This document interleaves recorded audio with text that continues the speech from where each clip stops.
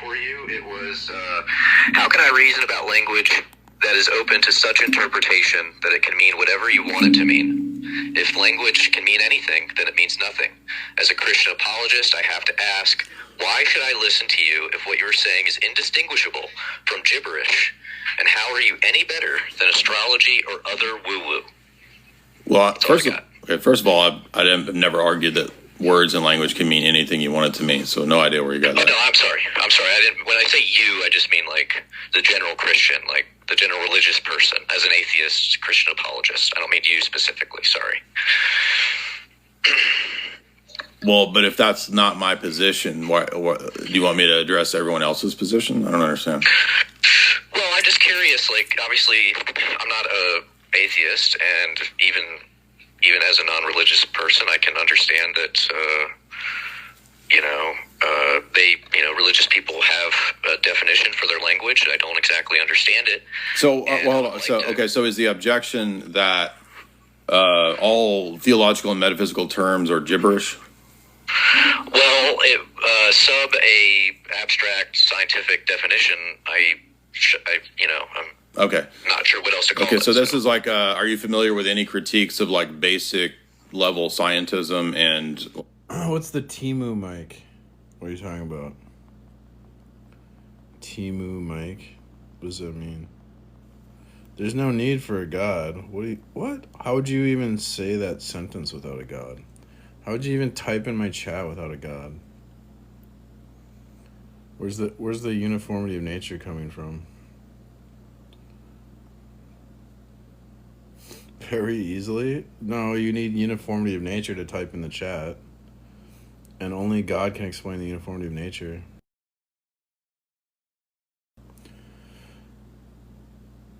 The objective standard of necessity. That's true. There isn't uniformity. I'm nature. Okay, so JT is a troll. You're a funny guy, JT.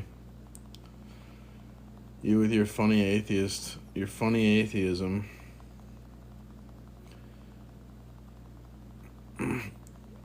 I have to give atheists credit in one regard. They do say the darndest things. They say quite remarkable, funny things.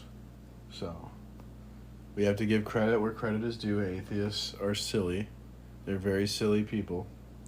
Like empiricism, because that's what this amounts to.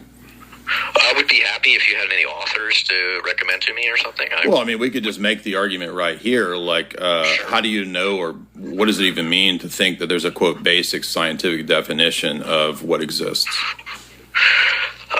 Well, I guess I'd start with, like, Descartes' solipsism. I can't prove anything outside of my existence, so I need to have multiple people verify. Fuck, that's not even Descartes. And if multiple people verify what you see or experience, all that proves is that humans have a uniform experience, and that it actually precludes us from getting behind our mental structures to objectively evaluate the situation. So he's like actually arguing against his position, and he doesn't know it because he's atheist. My results, and then you have develop some sort of consensus over time. And okay, and let's get more basic than that though. Like, how do we know? So all knowledge comes through sense data. I mean, that's essentially scientism. Is that your view? Sure. Okay. So the problem with that, though, is that proposition itself is not in sense data. So it's a self-refuting first proposition, first starting point. Yeah, that's a very important point that he just made. So if empiricism, a lot of times an atheist will talk about empiricism, but they usually don't even know what empiricism is. So empiricism is the idea that knowledge comes from sense data, or only empirical proof is like valid. That the rationalist is kind of like got his head in the sky in this ideal fantasy world where we're down here dealing with what we can touch, taste, empirical, like the real. So the problem is going to be though, you're saying that all knowledge comes from sense data as an empiricist. That proposition, that sentence, is not in sense data. So empiricism is immediately self-defeating at right out the gate at its ultimate commitment that it makes. It can't even defend its ultimate starting point proposition that all knowledge comes from sense data. But of course, you point this out to the atheists and they don't care. You actually need God's revelation to make sense of empirical data. It's impossible. It's impossible to have empirical proof without God's the transcendent foundation. Welcome, guys. Why do we need God's revelation? Because to have we need to have a system that incorporates rational proof and empirical proof. And there's no way to have a system like that without God's revelation.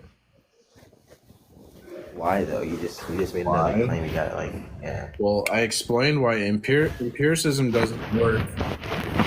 Because empiricism is self-defeating. It says all knowledge comes from sense data. But that proposition's not in sense data, so it's immediately self-defeating, so empiricism doesn't work. Wait, why can't rationalism to get what? Why can't it all come from sense data though? Like it's not self-defeating because it's self. The propositions are not in sense data, and that it relies on a proposition. Why the proposition's not in sense data? Why can't the proposition be in sense data? Why must proposition? Why must proposition be conceptual? Because that's what they are. Be conceptual. Because it is what it is. I reject that. Many philosophers reject that. You don't have to hold that propositions must be conceptual. Your microphone is fixed that. Oh, can you hear me? Now I can hear you a little better. Oh yeah, we don't. I just can hold that propositions aren't conceptual. Like I can just hold to some sort of no, like substance dualist view or there's another view and for some reason it's escaping my mind. But yeah, why must propositions be conceptual? Well, they're not in sense data is the point, right? Propositions they are in sense data. They're not. Well, you're mistaken. You prove I'm mistaken. Okay, so can you taste a proposition? Yes. Okay, thanks for coming. I'm looking to talk to rational people. Wait, stop. Precept, look, dude. Look, you haven't justified why propositions can't be... Can you taste a proposition? Can you taste a proposition? If you're defining a proposition as something that is... Sir, it's not about if I'm defining. Can you taste a proposition? Yes. Thank you for coming. I'm looking to talk to rational people. So you're running. I wish you well. Yeah, I'm running. Says the guy who says he can taste propositions. I'm running. Exactly. Wow. So it's a self-destructive argument? Correct. Okay. I'll have to consider that. That's a very interesting point. Well, if that's where the epistemology starts and it can't get off the ground, then every sentence from that point on says nothing. So it's actually your position that makes no coherent statement. Okay, so I'm sorry. Could you just repeat that? So if it is the case, bro, I'm not going to talk to you if you're going to tell me you can taste propositions. Okay, that's you're crazy. Like, I'm not looking to talk to emotional people. Welcome, Matt. Do you think you can taste a proposition? Hold on, I gotta go do something real quick. Give me like 5 minutes. Oh yeah, okay. That if it is the case that your epistemic starting point is self-refuting, then any other assertion or proposition you make would also be nonsense and self-refuting. So basically, sentences are impossible. Okay, but so I in order to use language, I have to not consider sense data. I'm not understanding. Literally not at all. What I said absolutely nothing. I'm sorry. I'm trying to understand. Said your starting point, your first, the place you want to jump off, the place you want to hinge your epistemology on. Okay, it's not a language problem; it's an epistemology problem. Is itself a self-refuting starting point. And so therefore, any other propositions or sentences you try to make also fail because the epistemic starting point fails, you see. So epistemology is more fundamental than what we're talking about than your theory of languages, the theory of language and signs. Okay, so my premise is false. There's no need for a God. That's incorrect. God is needed to understand our experience. To deny God would be like to deny science or to deny logic or something like crazy. To deny knowledge itself. It's impossible to deny God. Because our lived experience transcends our ability to describe it with language or something along those lines? Well, I could just simply say that the universal claim that all knowledge comes through sense data is a contradiction because knowledge, that proposition isn't found in sense data. And so you're subject to all the problems of David Hume, who's a more consistent atheist empiricist than any other atheist empiricist, which means that the result is skepticism. So Hume's arguments say basically that there's no way to give an account for the self, identity over time, laws of logic, induction, predication, meaning. All those things fail, and if all those things fail, then sentences and knowledge are impossible. And Hume was fine with that, saying that our knowledge is not justifiable. So if knowledge is not justifiable, if you want to be a consistent atheist, then you can't argue against Christianity and you don't know science. Science is impossible. I think that's a fantastic argument, and I really appreciate you sharing that with me. I will read into Hume. Yeah, go read David Hume because he's the consistent atheist, and he's my favorite atheist because he's the one that's consistent where the rest of the atheists aren't. True, that's very true. Atheists are not consistent, but why should we expect atheists to be consistent, right? Because if atheism were true, there's no reason for them to be consistent. See what I'm saying? You back yet, Matt? I've not compared anything to not existing. My experience has been existence. Yeah, but because you're having an experience, some things are necessarily true for your experience. For example, like logic is necessarily true prior to your experience because you need to use logic to experience the world. Without identity, you couldn't experience anything. That means logic is transcendental because it's necessary for experience and it has to be true prior to experience. That means All right, I'm ready now. All right, what's up? All right, so I'm curious what you mean by like deconstructing atheism. Do you mean like proving it's not like a real thing, or yeah, just doing like a conceptual analysis on like the how could atheism be like a fake thing? Just the idea of or not believing a religion shouldn't like how is that fake? It entails a contradiction because the Christian religion is necessary to understand our experience. How isn't I've never believed in God once in my whole life. But you live in God's world, so you can understand. It's God's world in your opinion, but like it's not a proven thing. It has to be proven in order for it to be like an actual 100% thing. Yeah, it's 100% proven. We know it's never been proven. It's just a theory, basically. Like the simplest term, it's just a theory. If you watch my lives, I consistently, objectively prove. Give me some proof that it's real. Sure. So. Have you ever seen the movie The Matrix? Okay, what does the movie have to do with anything? So, like, I'm trying to dumb down the argument so you can understand it. All right. So, in the movie The Matrix, Neo, he's got science, he's got philosophy, but science and philosophy can't tell Neo that, hey, Neo, you're in the Matrix based on this scientific experiment or this philosophical argument proves that you're in the Matrix, right? Okay. So Neo lives his whole life. It's a fantasy. It's a lie. Because Neo thinks he's in a real world. There's physical things around him, but there's nothing physical around him. Okay, what is a fictional version of this? Like, is this supposed to be like an argument that can pertain to the real world? Because just because religion helps someone in a movie, that won't help them, or that doesn't like help us in the real world. It's a philosophical situation you're in, right? You're like Neo. You could be in the Matrix, but your science doesn't tell you can't tell you if you are or you're not. And your philosophy can't tell you if you are or you're not. So you're in a similar situation to Neo right now. You don't know what reality is. So I'm here to offer you a red pill, right? To get you out of the matrix. We have knowledge that comes from God. And so when God gives us knowledge, since God knows everything, You still have not given any proof of God's existence besides some movie that does not pertain to me. I'm presenting the argument. You're presenting an argument, but that's not proof. Arguments I'm are arguing proof. that's my what?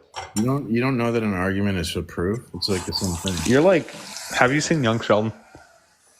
Sir, are you this low tier that you don't even know what a proof is? What do you think a proof is? Proof of your art, or it's like proof of like what you, or fuck, I cannot talk right now. Can you even name the 4 types of proof? Can you even name it?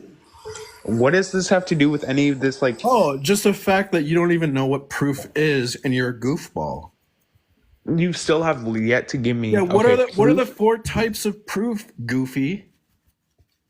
Hey, and he's Googling it. So we got the Googler, Matt the Googler. He's probably not even going to get it correct. Watch this. So what did Google tell you, Matt? What are the 4 types of proof?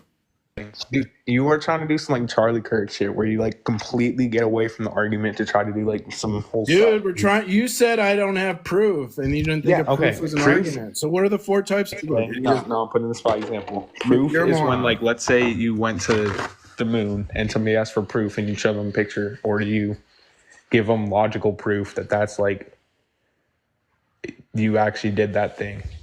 There's no like logical proof of God's existence. Do you want to admit that you're ignorant?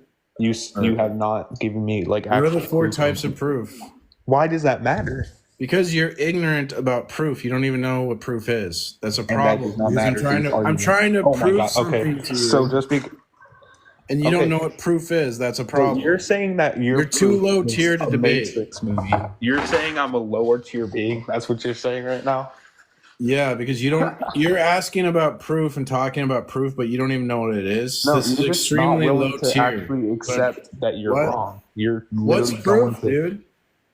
Proof is like, okay, so I say I went to the moon. You'd be like, okay, give me some proof. Like, show me a picture. That's what proof is. You can't be. You're not ready to debate this topic. But I'm right. You're too low tier. No, I'm completely right. You gotta go read books. You're in the wrong here. Go read about stuff and then try to debate. Okay. No. Okay, bro. All right, bro. You're just too ignorant. I don't know what to tell you. You're like, dude, everybody. Okay. I mean, this is a big problem with atheists. They're very ignorant people. They're very ignorant people. Okay. Yes. Most scientists have been atheists, by the way, and they're pretty smart people, I'd say. They're actually really stupid. Scientists are stupid as hell. They're not stupid, dude. Okay. Well, you go ahead and believe that, dummy. What's your IQ? I'm curious.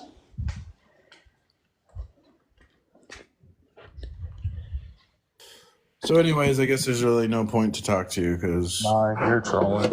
Okay. Well, thanks for coming, man. Because everybody's disagreeing with you as well. You're fucking trolling. You're a retarded. I wish you well. That was an R word there. That's not right. That's immoral.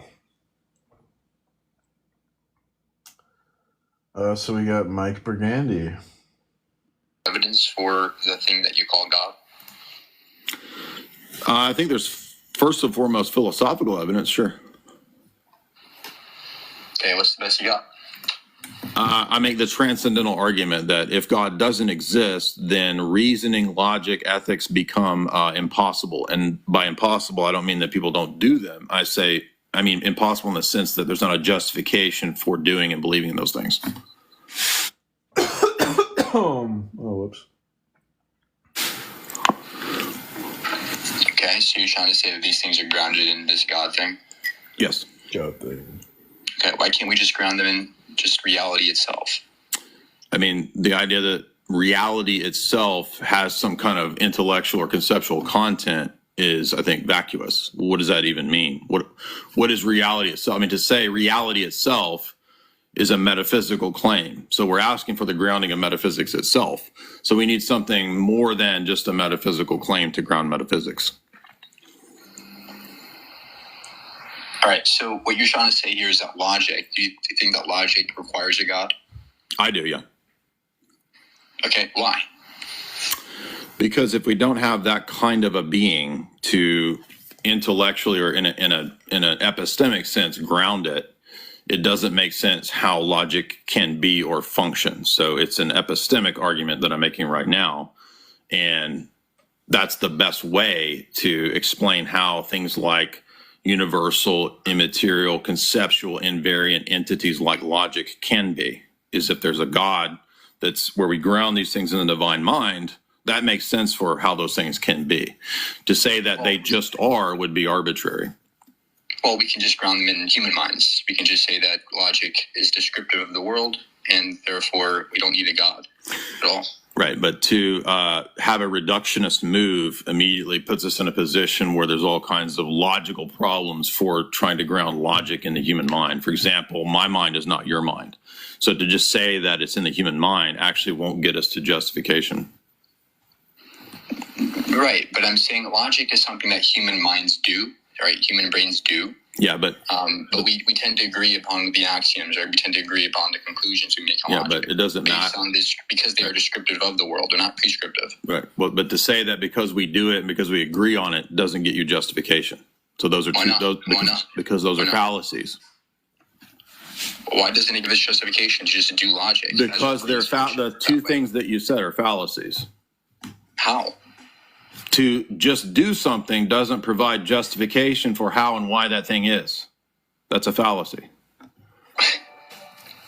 I mean, you're laughing, but it's a fallacy. It's just okay. Logic. The other one, you're just saying it just is. Okay, again, these are arbitrary conjectures. No, I'm not saying it just is. I'm saying you did say it just our is. Minds do. It's the way. That's saying that it just is. World, right? Okay, so we do all kinds of things. That doesn't provide justification for how or why it is the case. Likewise, you appealed. Hold on. My entire point here is hold on. Likewise, you appealed to the fact that we all appealed to the fact that we all agree on it. That's called the mass appeal fallacy. So the two things that you've argued. I'm not saying in virtue of us agreeing and therefore it's true. What I'm saying is that is what you said. The logic itself is a way that we use axioms and descriptions. Using an axiom doesn't. Okay, again, use. Right? Therefore, you don't need God. Doesn't matter. Use doesn't grant you justification. Why not? Because I could use all kinds of things, or I could say that we do all kinds of things as humans. That doesn't mean that it's justified to believe in. That's not a good reason to believe in the thing because it's used. Okay. So you're saying you can just add God to the equation and pretend as if no, I didn't just add God to the equation. I made a specific argument that a specific type of immaterial invariant thing, a universal concept, requires a certain type of universal being to ground it. It's a very precise argument. How do you justify that? How do you justify that? That is the justification for the existence of logic. Okay, then we could do the same thing for human minds. We can just say the justification is that human minds exist, therefore human minds don't give you human minds don't grant you the justification because human minds are finite, and your move is a reductionist move. Wait, what? They're finite? Yeah, I don't know if you've heard of this, but a human mind is finite. That we can ground logic in minds. It doesn't get you the grounding because a human mind is finite. You can't justify because it's a universal. It shows that because the mind is finite. Do you know? Because it's a universal. Is the human mind universal? What does that even mean? What does that even mean? So basic terms in philosophy, you don't even know what we're talking about. No, it's not universal. Yeah, exactly. Thank you. So it doesn't provide justification, right? But the mind is reality is universal. The mind, sir. Hold on for a second. Let's move on to the next one. No knowledge of what we're talking about. Basic philosophy. What does that even mean, universal? You mean like Logic 101? You mean like Epistemology 101, universal claims? That thing that you don't know about? Exactly. They don't know anything.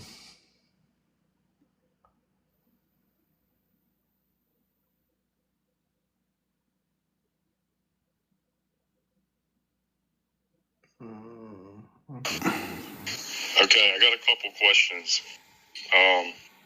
So I was looking at the Bible, and I'm reading the book of Numbers, and it looks like there's like hundreds of thousands or millions of Jews that are in the census. And like then I look and I see the book of Mark, and it supposedly has like 2 endings or like 3 endings or something. And I don't understand how you're supposed to be certain about your faith. Like, doesn't that undermine it? Right. So there are scribal errors. I did a whole interview with James Snap where we cover each of those topics. So if you're interested, you can watch the interview that we did with James Snap, SNAPP, on my channel. And so, no, the Orthodox view, and actually I think most, even Protestants, except for maybe like some King James group or something, like, I don't know anybody who thinks that there's like one inspired, one perfect manuscript that we have, right? So, no, there are scribal errors, and the situation that you're talking about with the numbers and numbers is clearly somebody like who copied that text, like adding a 0, right? But I think scribal errors are totally different from theological errors, because we don't have, like, we're not claiming that the whole religion is built on like one textual tradition per se. Does that make sense? Yeah, I got you. But and the same goes for the end of Mark. But if you want a whole discussion where we recover those topics, it's in this interview right here, and I'll put it in the chat for you guys. So would you say it's possible to be like 100% certain about your faith? I think if in terms of like what's possible for human certitude, yeah, I think that we have the highest level of certitude for things like philosophical categories and for our religious commitments. I think those would, in my view, those like 100%, or are you going to acknowledge like it's possible that you're wrong?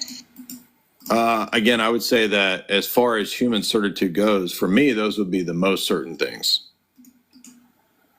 So I don't know about the percentages, because I'm saying like. So as a human, it's not possible to be 100%, is what you're saying. No, I'm saying that as far as possible, as far as humanly possible in terms of certitude, for me, the theology would be first, and then like philosophical categories would be second, which. He's like short of being omniscient, because obviously we're humans, we're limited, we're not omniscient. But short of being omniscient, we can be as certain as is humanly possible that Christianity is true, is what he's saying. The theology backs up, and then other things in my sense data would be less certain. So it's like 1, 2, 3 in terms of certitude. So for me, I can conceivably doubt a thing, but that doesn't mean that therefore I existentially doubt the thing, right? For example, let's take the laws of logic. Let's take something that's not theology. Can I conceivably doubt the laws of logic? Yes. But can I actually in practice go about my life doubting them and denying their existence and living a meaningful, coherent existence? No. But I can theoretically consider the possibility that there are no laws of logic. I think the same thing for God, basically. Is certain, but you're personally maybe not certain?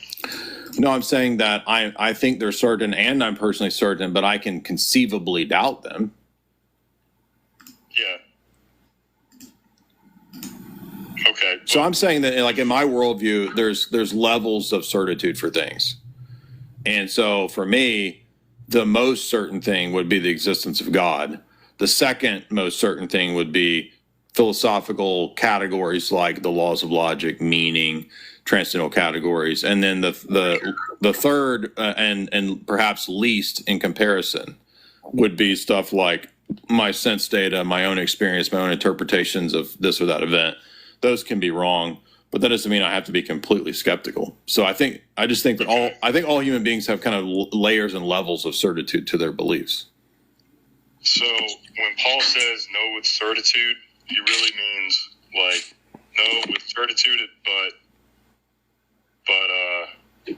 you can still, because I don't understand how I can have any sort of doubt at all, like even if it's just like theoretical doubt, and then be able to like repent, you know?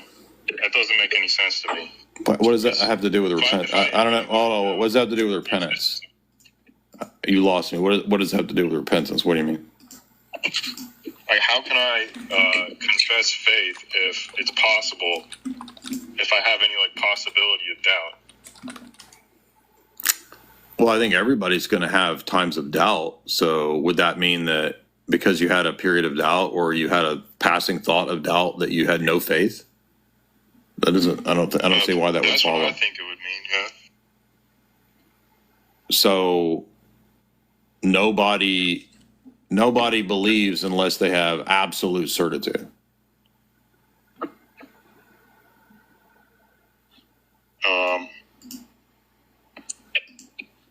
Yeah, I mean, you could believe.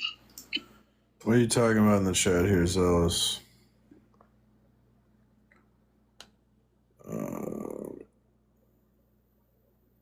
Didn't you use your sense data to derive your certainty of God?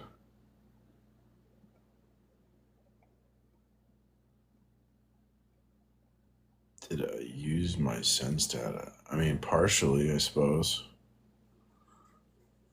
Not entirely. But why is it? What does it matter if I use my sense data? Of course, we all use our sense data to learn about the world. I'm playing a recording of a highlight of Jay Dyer.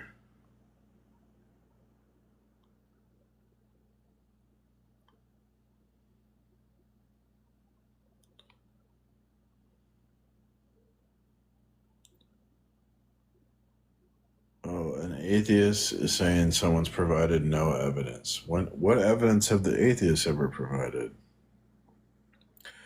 So does being an atheist mean you just go around going, "There's no evidence," and you never defend anything? Is it just like super like the laziest way to debate or something? Are you guys all in like a lazy competition? Maybe a coward competition. How else did you derive it? The chap speaking was saying his sense data could be fooled or in error. Well, we have knowledge from God. That's revelation. Then we get knowledge from our mind. That's rational knowledge. And then we get knowledge from sense data. So he's just saying that, like, we can be most certain that God exists because that's, like, impossible to deny. And then other things, second to God, the certainty of God's existence, we could say that, like, logic exists because logic is necessary. We can't deny logic. And then after logic, we could say things like we could be certain of, like, scientific evidence. So scientific evidence is, like, low on the totem pole of, like, what would be, like, good evidence. Philosophical or revelational evidence is going to be way better.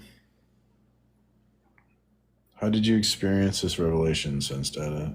We experience the revelation in many ways. One of them is sense data. Another of them is just like thinking is an experience of revelation because God designed, ordered our thoughts.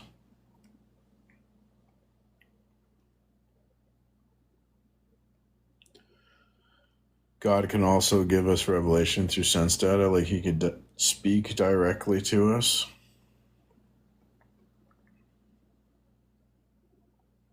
Or when we look at the world and we see the order in the world, that's type of revelation.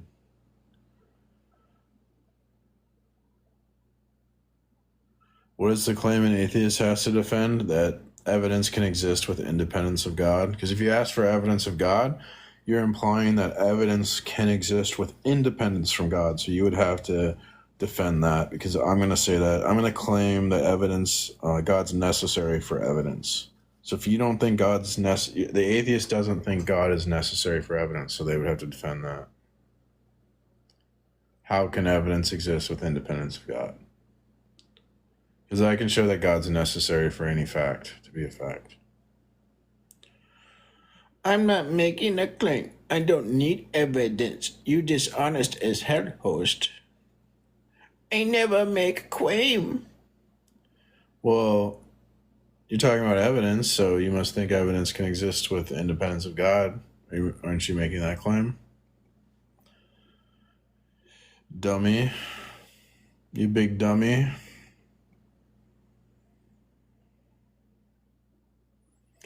How did you experience this revelation? Sense data?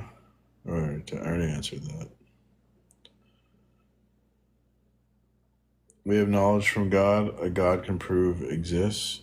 A God you can't. No, we can prove God exists. We now know that God exists because it's objectively proven. Revelational evidence, yeah, try that in court or academia. Yeah, but academia can't prove anything without God. So who cares what academia says? Anyone in academia, I could just make David Hume's arguments against their position and show that they don't know anything. So thinking is infallible as long as it's led to the conclusion you've pre-decided. I never said thinking. Thinking can be fallible. That works with my model.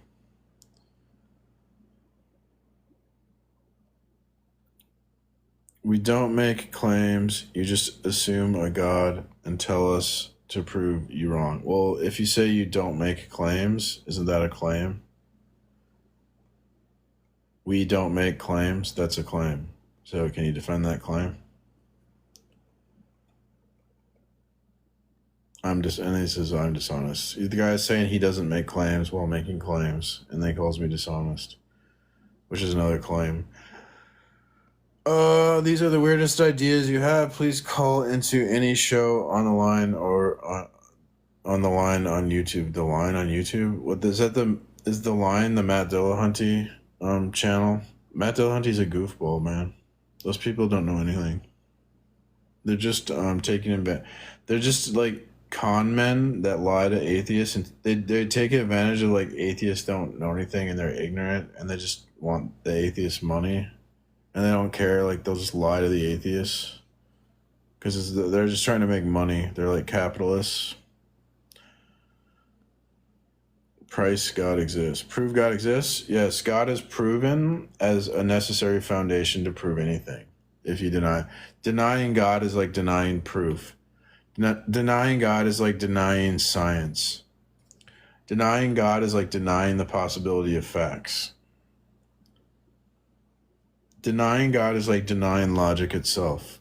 It's impossible to deny God rationally. So the proof for God is that he's a transcendental necessity, that only the Christian worldview can necessarily uniquely explain things like logic, morality, and order that we experience, without which you couldn't even make an argument.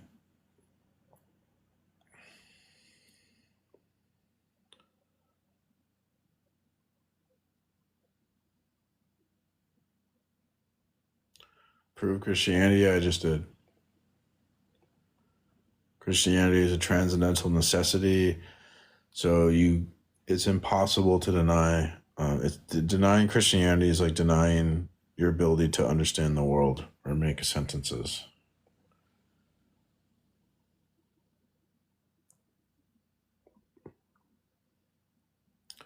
You said part of revelatory evidence is that we think and thereby know God, but if some thinking, I guess he's writing more.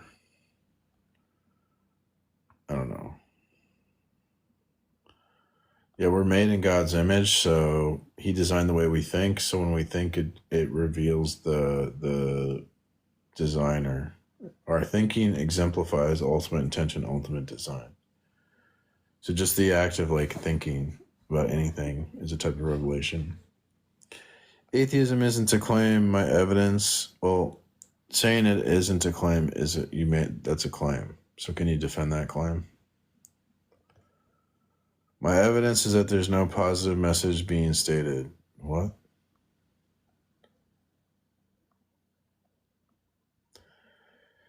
Is in error. How do you know yours aren't?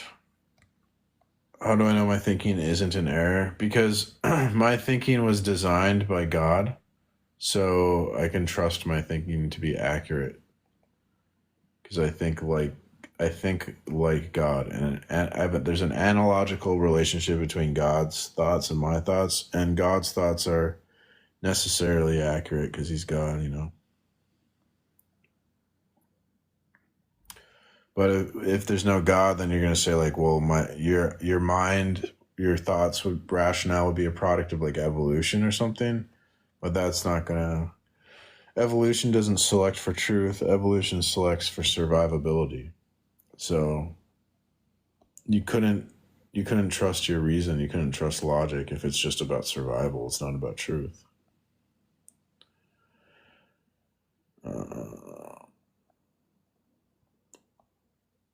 I won't go up against anyone who can shut me. I'll go up against anyone. Anyone's welcome to join. Crap, I might have been missing people because I've been reading chat. Yeah, someone's requesting. My bad. My bad. I was reading chat. Welcome. Hello. What's up? Just, proving God exists. Can you prove to me? Sure, so to even make an argument, there has to be logic. And so when we ask the question, what would cause logic to be true?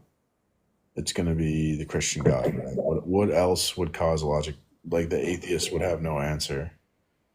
So, language? A brain? Yeah, those things couldn't cause logic to be true. So What do you mean? You have to think about it. Logic is only true if you think about it. no, logic is necessarily true because without the law of identity, you couldn't identify things. Things need an identity necessarily. And that logic was decided by humans. It's not a God creation. If humans created logic, that's going to lead to problems. Would it be logically possible that humans don't exist? What do you mean? We're right here in the right now. Use the logic to say that we're here. Is there logical contradictions between the universe existing without humans? We're experiencing it right now. That's the logic.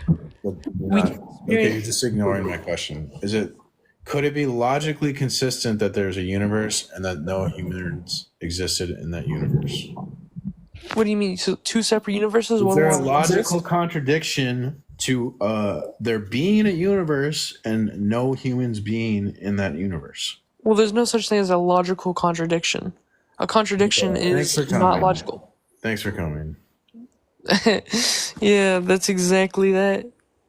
Yeah. Crazy. I wish you well. I mean, what is that person even talking about? Hello, welcome. What's up, man? Did you like that last atheist? Yeah. I'll just say this. Have you been everywhere in the universe? No. Right. So why are people so conceited to say that they know the almighty, all-knowing creator of the universe if they haven't been everywhere in the universe? Why do you think that God looks like you? Why doesn't he look like some other species from some other planet that's far away? Huh? How ridiculous does that sound? That's ridiculous, bro. That's the most conceited statement in the freaking world. Is God looks like people because we made him up. Come on, get real. Let me ask you a question. If God designs the world where that he doesn't want... Well, see, God is made up by people, right? Right. That's the point you're not understanding. If you follow the scripture, brother, you can't read scripture and then interpret it into your own thoughts. Because only God can speak scripture and teach, right? People can't. May I ask you a question? Yeah, please. If God purposes the world that the world doesn't know God when he designs it, could we know God? Well, see, you're saying the word God like everybody has the same static definition of the term, which is not inherently true at all. If I were to talk to somebody on the street, right, they might be talking about a bread with a hole in it, and I might be talking about bread with a hole in it. But are we talking about donuts or are we talking about bagels? You're prevaricating. It's just a necessary mind that created the world. So if God purposes the world not know him, can we know God? Well, doesn't he know everything that will ever be and will ever be done? So why did he create the Garden of Eden? Why did he create the tree knowing Why are you As he created it, they prevaricating? would fail. You're prevaricating. Why are you doing that? You're prevaricating. Why are you doing that? I'm not prevaricating. You are prevaricating. You even know what it means to prevaricate? Yeah, I do, but I'm not. Okay. And Well, I can think you you need answer to my read the question? definition again. God designs the world that we don't know him. Can we know God? Well, in order for me to answer that question, it would actually have to make sense. And you talking about La La Land. Thank you for coming, man. Thank you for coming. Yep, you too, brother. Wish you well. God is the cosmic ohm that echoes out throughout the whole universe that gives everything life, brother. If you go Notice how the coward atheist can't answer. If you go and look up the language modern nature, it explains how you don't even know what the word universe means. Uni, verse, meaning one, meaning song, meaning the cosmic ohm that travels throughout the whole universe. Like, read the words that you say and break them down and try to figure out what they mean and why were they created. And maybe you'll have a better understanding. Hey, audience, notice the coward didn't answer my question and he's still sitting here? What a coward. Oh, I'm a coward because I didn't answer your question. Okay, sure. Yeah, great logic there, buddy. From somebody talking about logic. Do you know what the word coward means? Why are you afraid to answer my question, I'm coward? not afraid to answer the question, brother. Well, then answer the question, coward. Obviously not. Obviously no. The answer is no. Oh, now he answers. Okay, Oh my so maybe I God. just have to embarrass you to answer questions, I guess. You didn't embarrass me at all. You're embarrassing yourself. Okay. So, given that we could only know God if God reveals himself to us, so like, why would that be arrogant or something to say that we know God?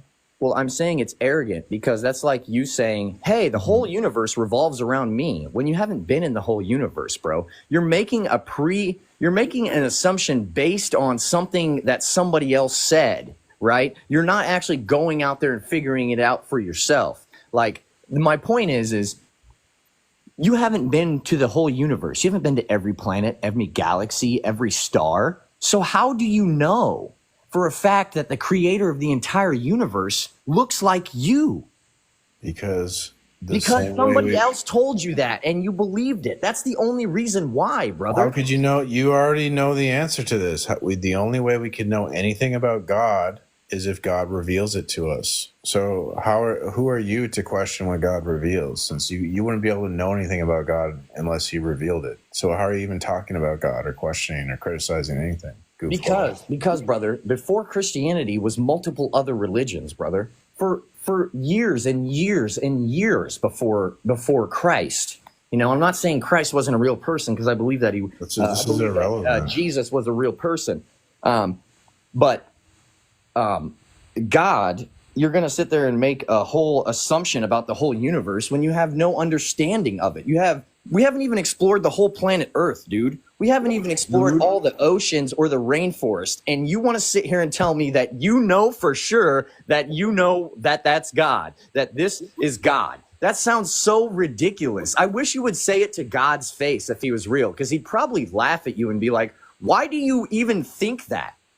Why are you like this dense? God reveals himself. You're denying that revelation. No, Jesus, a man on the planet Earth who was born from a woman, said that he was God, right? Made the claim that he was God. Yeah, that's it. There's no other proof. Yeah, how do you deny Jesus' absolute identity? A man, human flesh. Yeah, so what's your absolute identity statement to deny Jesus' absolute identity statement?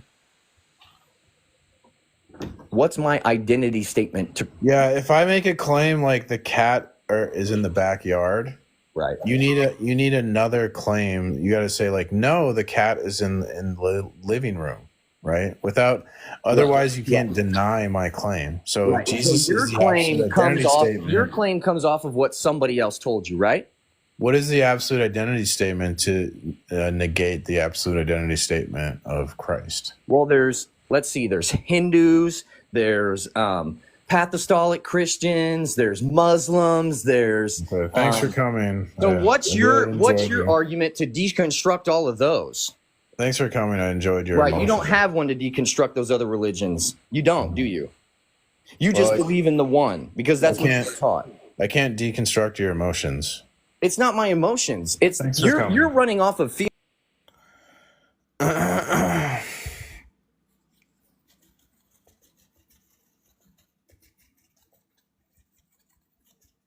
I'm running. How am I running? I'm the one presenting an argument. Ran like a bee.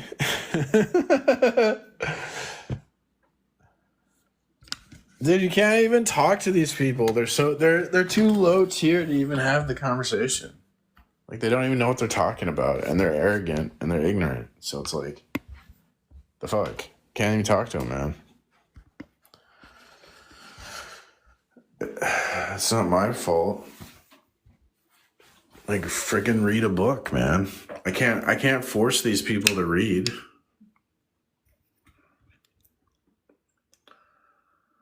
Oh, this person's not connecting.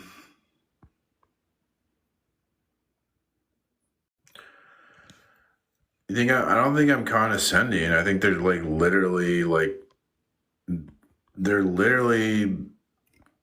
unable to.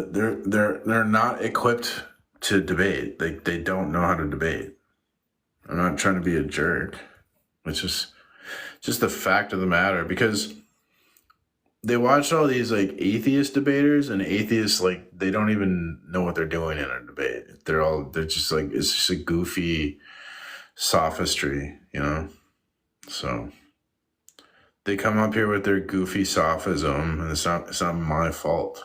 I'm just calling it. I'm openly rebuking them. Do this live in public and I'll get cooked. That's a good idea. I think I will. It's really cold now, but when the weather gets better, yeah, I could go to a college campus maybe. Are you allowed to go on college campus with a sign or something? What's up, OG Kylo, you silly atheist? OG Kylo's funny. I go and prove God exists all the time. He doesn't even think morals are objective, and he debates. You can't even debate. To say that morals are subjective is a complete self-own, and these people don't even know it.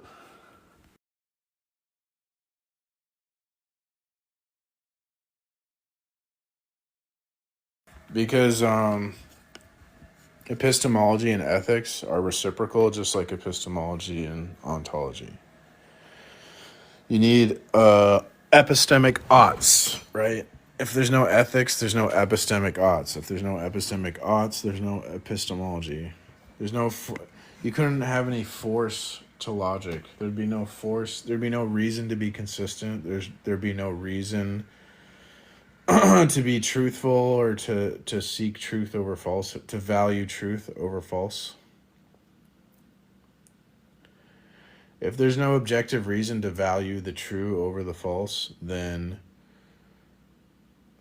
it's going to reduce to relativism, which reduces to skepticism. And skepticism means you can't know anything. So when they say that morals are subjective, it reduces to you can't know anything. But of course, you tell them this and they don't care. They just literally do not give a shit.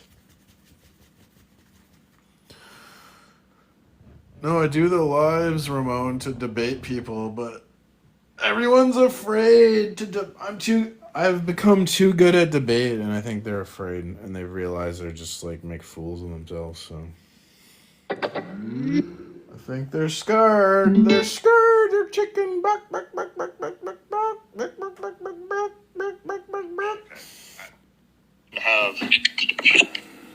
You're ready? My ego is super high? Not really. I don't think I'm a great debater or anything. I just think atheism is it's vacuous, it's untenable. I think Trump should start an intellectual welfare campaign for atheists, because their position is so bad. It's just so terrible.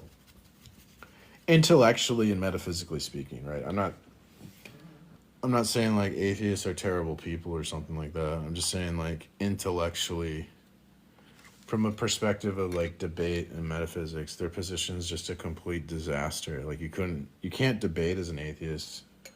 They have to be dishonest to even debate as an atheist is a dishonest move.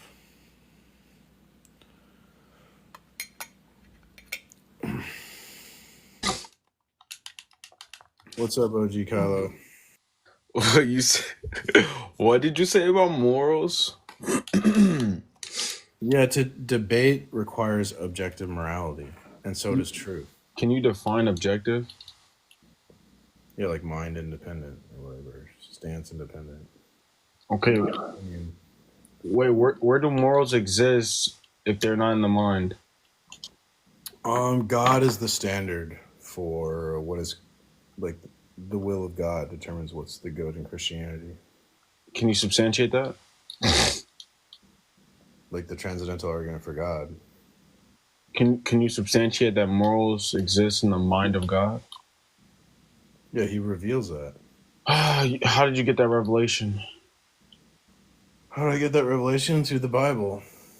Okay, did you utilize your senses to read the Bible? Yes. Are your senses subjective? Subjective? No. Your senses are objective? Yeah. And you defined objective as mind independent? Yeah, like So your senses exist where at if it's not in the mind? well, like the Bible exists in my sense data, right? But that's not like it's not the Bible isn't dependent on my mind, right? Like if my I can't use my opinion to change what the Bible says. Yeah, that's fine, sir. I'm asking. You said your senses are objective. So where do they exist if it's not in the mind? In an external physical world, there's things that exist that we can No, your see. senses, your sense data that you're reading this book with. You said your senses are objective. Where do these senses exist? Are we talking about the sense data or the senses themselves? Yeah, either or. Yeah, the senses themselves. The senses themselves. Yeah, are they objective? I don't know. That's a weird question. You just said they were. Well, I thought you were talking about sense data. Like we consider sense data to be like empirical, and empirical is we consider that to be like objective. But that's only the case if like you're a Christian, and you can actually like your sense data is reliable and all that stuff. Wait, can I hear you run tag? Yeah, it's not that complicated. It's just so like humans, we understand the world through a story.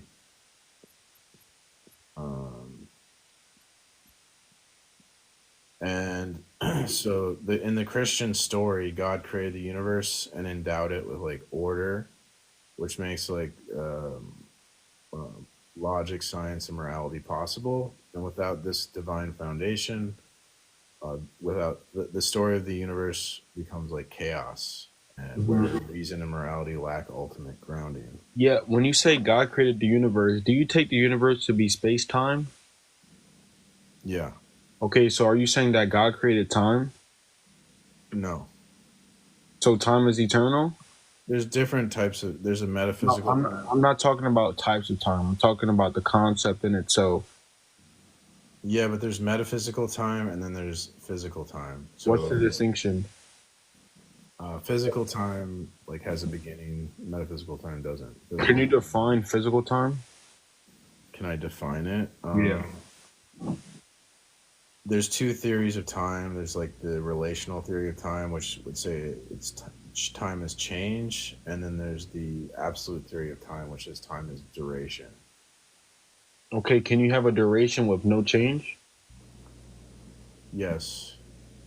How does that work? I don't know. I'm just like studying this stuff. Why would you say yes? Why did you just not say I don't know? Because I read in a paper, but I couldn't explain it because you couldn't defend a position that a duration can occur with no change. It says so in Ryan Mullen's paper. Yeah, what's his argument for that? I don't know it off the top of my head. Right. So under this physical time, you said it can be defined as change, and that this physical time has a starting point. Yeah, the physical time we can measure, metaphysical time we can't. Physical time starts. So if we define physical time as change, Does a being exist beyond this physical time? No, time. We would say like time is a part of God's nature.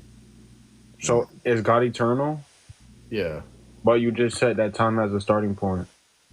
No, physical time. Yeah, is physical time a part of his nature? Yeah, but there's a Okay, distinction. so how is it the case that it's not eternal? So think about like a comic book, right? So a comic book doesn't have any like time, right? All the panels of the comic book exist at once. There's no time in the comic book, right? See what I'm saying? No. But when you read, have you ever read a comic book in your life? Yeah. Yeah, there's no time in the comic book. It's all like at once. Okay, But somebody wrote it, bro. when you read the comic book, it you incorporate the panels into, you create like a flow of time by reading it. Yeah, and we can see change when you're flipping the pages. Yeah, you incorporate, you sort of bring the comic book into your local time by the act of reading it, and that's sort of like what God does with the universe. I already said we're not talking about types of time. So when you say local time and all these other variables, I'm just saying in general, in its totality. Bro, why are you talking about time if you don't know what you're saying? You don't even know what you're talking about. No, you just said a being exists beyond physical time, and physical time is a part of his nature, yet it has a creation point. So my question to you is, if time was created and we define time as the measurement of change, is it the case that before time was created there was no state of change? There was no states. I'm researching this. I'm not. You say I don't know anything about time. What? Yeah, I'm just researching this. I don't know much about time either. I'm just starting reading wrong. I know enough to say that it's impossible to exist beyond time. Look, So- you don't know. Your argument sucks. Okay, you don't know what you're talking about. So, You don't have a rebuttal. yeah, well, I would read Ryan Mullen's papers. That's going to explain that. I would debunk that guy. What? I would debunk him. No, he has a PhD. Wow. He's written books on time. He's like an expert on the subject. So I've been reading his papers. Like, you don't understand. There's a distinction between metaphysical time and physical time. Misunderstanding two words is like porn for ignorant people. Bro, we're talking about physical time right now. Yeah, what about it? I'm using your semantics. You said physical time has a starting point. No, let's like not argue about time because you're too low tier for that. So do you have like a rebuttal for Tag? Yeah, my rebuttal for Tag is that you received this revelation through sense data. But that doesn't do anything. What is that? Yeah, because your argument is that these things are objective and they derive from God, and I'm asking you, how are these things objective if you're receiving it through a subjective? How are you? If you're receiving this revelation and this is the justification for it being objective, but your revelation is subjective, I just want to understand how that works. Do you think science is subjective?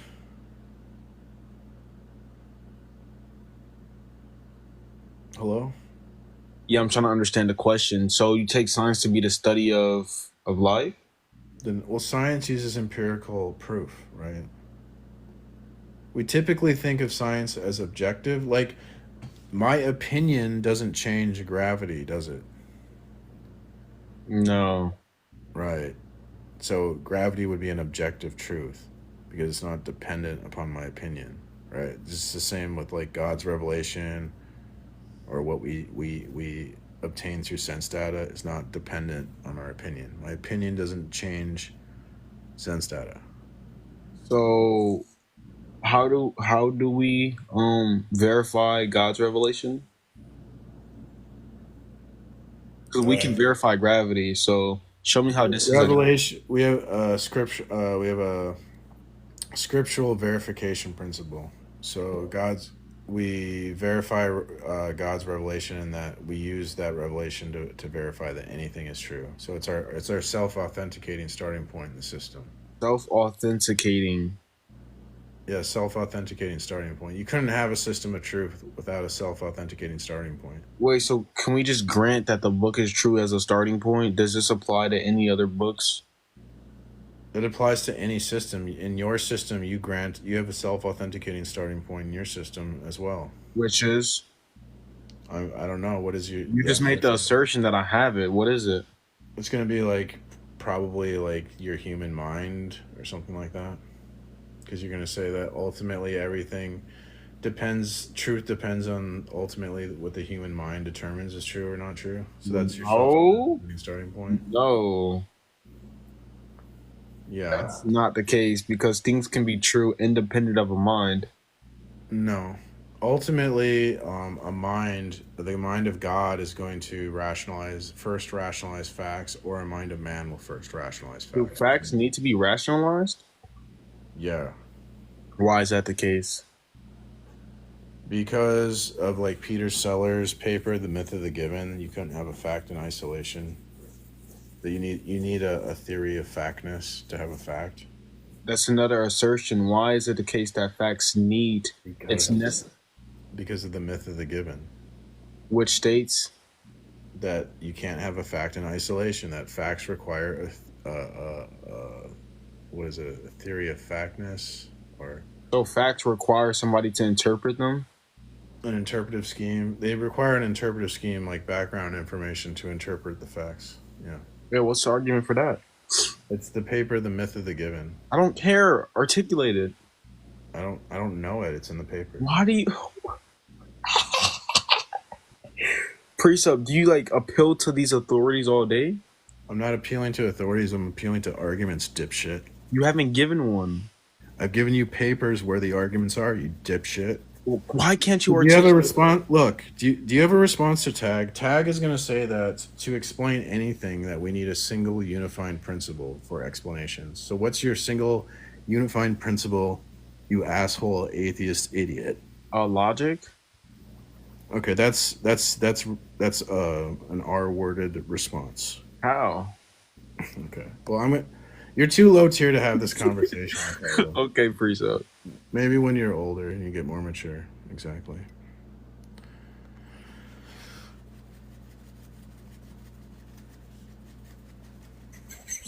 Good morning. Good morning. Well, I am 100% atheist, and I'm always looking for someone to try to convince me. No, you're not. I am. I'm just wondering why an all-powerful being is limited to a book. Well, if you want me to convince you, because atheists don't really care about logic or evidence, so I could make like emotional arguments. That's all we care about is logic and evidence. Oh, really? So what's the logic and evidence for atheism? Well, God never spoke. All religions man-made, and no one has proven that this guy that has feelings, that is insecure and spiteful, made everything in the universe. How did you determine that something can exist with an independence from God? Well, chemical energy friction. That's not an answer to the question. That's what created everything. Chemical energy friction. That's not an answer to the question. Like what? How do we get here? Evidence that how did you determine that evidence can exist with the independence of God? Let me put it that way. What does that mean? I argue that God is necessary for evidence. And how do you know that? Because evidence requires things like identity over time. Or no, we identify things. A tree will be a tree no matter if I was there to call it a tree. Yeah, but so how would you explain identity without God? What would cause identity to be true? Self-awareness. We identify things. If we are alive. That's the type of response I would expect from a 6-year-old. A 6 years knows about self-awareness? That's not a response. Yeah, that's not an answer to the question. And you're saying God. Yeah. No matter what question it is, God did it. Not mathematical equation. You just say, oh, tree, God did it. Flower, God did it. The way I think, God did it. I'm going to have to dumb this argument down for you. Okay, thank you. Okay, have you seen the movie The Matrix? What about it? Yes. So in the movie, Neo, the main character, he's got science and he's got philosophy in the Matrix, but science and philosophy can't tell him he's in the Matrix. So his whole life is a lie. He thinks that there's like a physical world. There's no physical world. It's just a simulation. It's all a computer program. His whole life is a lie, right? So how did he find out? He needed the red pill, which gave him something. Red pill is just imagination. They just made him take it. The red pill so is like what he did. He woke up into reality. He needed the red pill. The red pill represents. So red pill is God. The Bible revelation. Yeah, so all religious texts around the world is God's word. Listen. The point is that science and philosophy wasn't enough to tell Neo about reality, what the world is. Science is the seeking of truth. So he used science. Science cannot tell us. He experimented on a controlled subject. Hello. And he got Hello. He used science. I'm trying to tell you, he used science to. Yeah. Science can't tell Neo that he's in the Matrix. The science is the seeking of truth. So why do you keep interrupting me? Well, I'm telling you what science is. It's the seeking of truth. You don't even know it. Science is the study of the natural world. I know science better than you, okay? Yes, you're the smartest person in the world. I'm not here to learn like all religious people. TikTok God non-believers, okay? So anyways, science can't tell Neo what the world really is. Neo needs special knowledge, i.e. a red pill, to know reality. Without the red pill, Neo can't know reality. So he experimented in a controlled environment and no found out the truth. fucking experiment can tell us what reality is. Well, you just said he was in a room, right? He had a choice: red pill, blue pill. One stay dumb, red pill. Or one tell the truth, right? It's not a fucking experiment. It's a red pill. It's special knowledge. It's not a scientific experiment. The pill wasn't not real. If you get the movie, the pill was not real. It was just the imagination. It just made him go that way.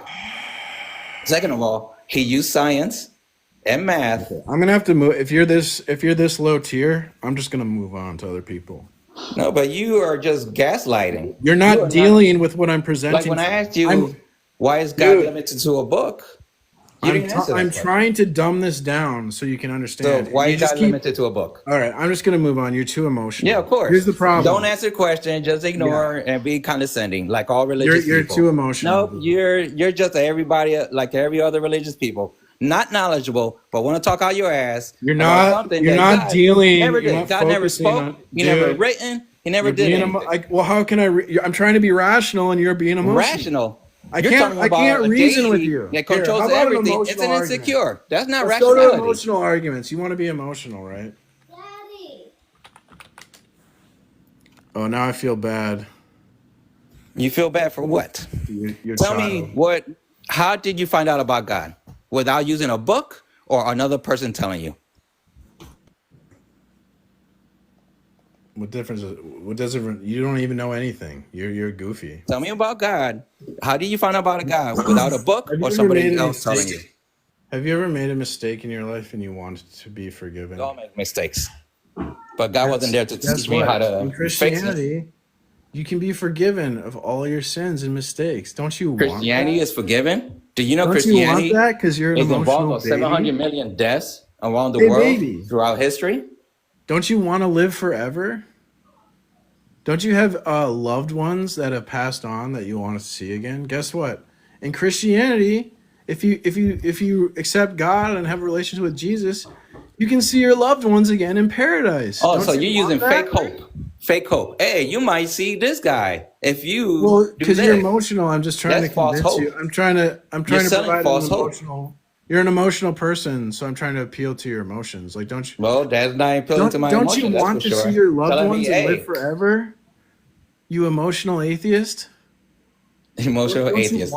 So at least you know that I have emotions. At least that's step one. I'm trying to appeal to your emotions. Don't you want to live forever and see the loved ones? How could I find out about God without somebody else telling me about it? You have a child, sir. How can I find out about God without somebody else telling me about him? If you're alive, you'll never see your child again. Told you that he's condescending. Don't even have a real conversation. Don't you want to be with your child see what religious people are? This is exactly what religious people are. Don't you want to I be asked you a with simple yourself question, forever in and you paradise? could not since you cannot answer Yeah, it. it's like just like ignoring what I'm saying. Constantly, emotional atheism, emotional damage. I get it. Church hurt. Good morning. The church hurt. Good morning. How you doing? I'm doing well. Well, the last guy was pretty, emotional. It's Lack of a all better good. word, man. It's all good. It's crazy. Anyway, I'm going to come at this from a different perspective. I am a believer in Christ. I'm a Christian, but some of the arguments that some of these people are posing is, even for me as a Christian, challenging, because I do struggle with my faith. And the whole thing of like, how do you, like you were saying, oh, you want to see your loved ones after they pass away? Of course. I mean, who doesn't? Anybody in the whole world wants to see their loved ones, and then you can repent of your sins. I get all that because I'm a man of faith. But I think you might want to consider the fact that there's no proof outside of the Bible. Like if me and you were walking down the street and then you told me there's a heaven out there that exists, but I can't see it, you can see, right, that people would think that's a little nutty without the Bible or anything, just rationally, huh? But they couldn't be it's irrational to deny God, though. That's nutty. Well, okay. I mean, like I said, if you met a person who never heard of any religion ever, and you told them there's a heavenly place that's going to be paradise for you, but you have to wait till you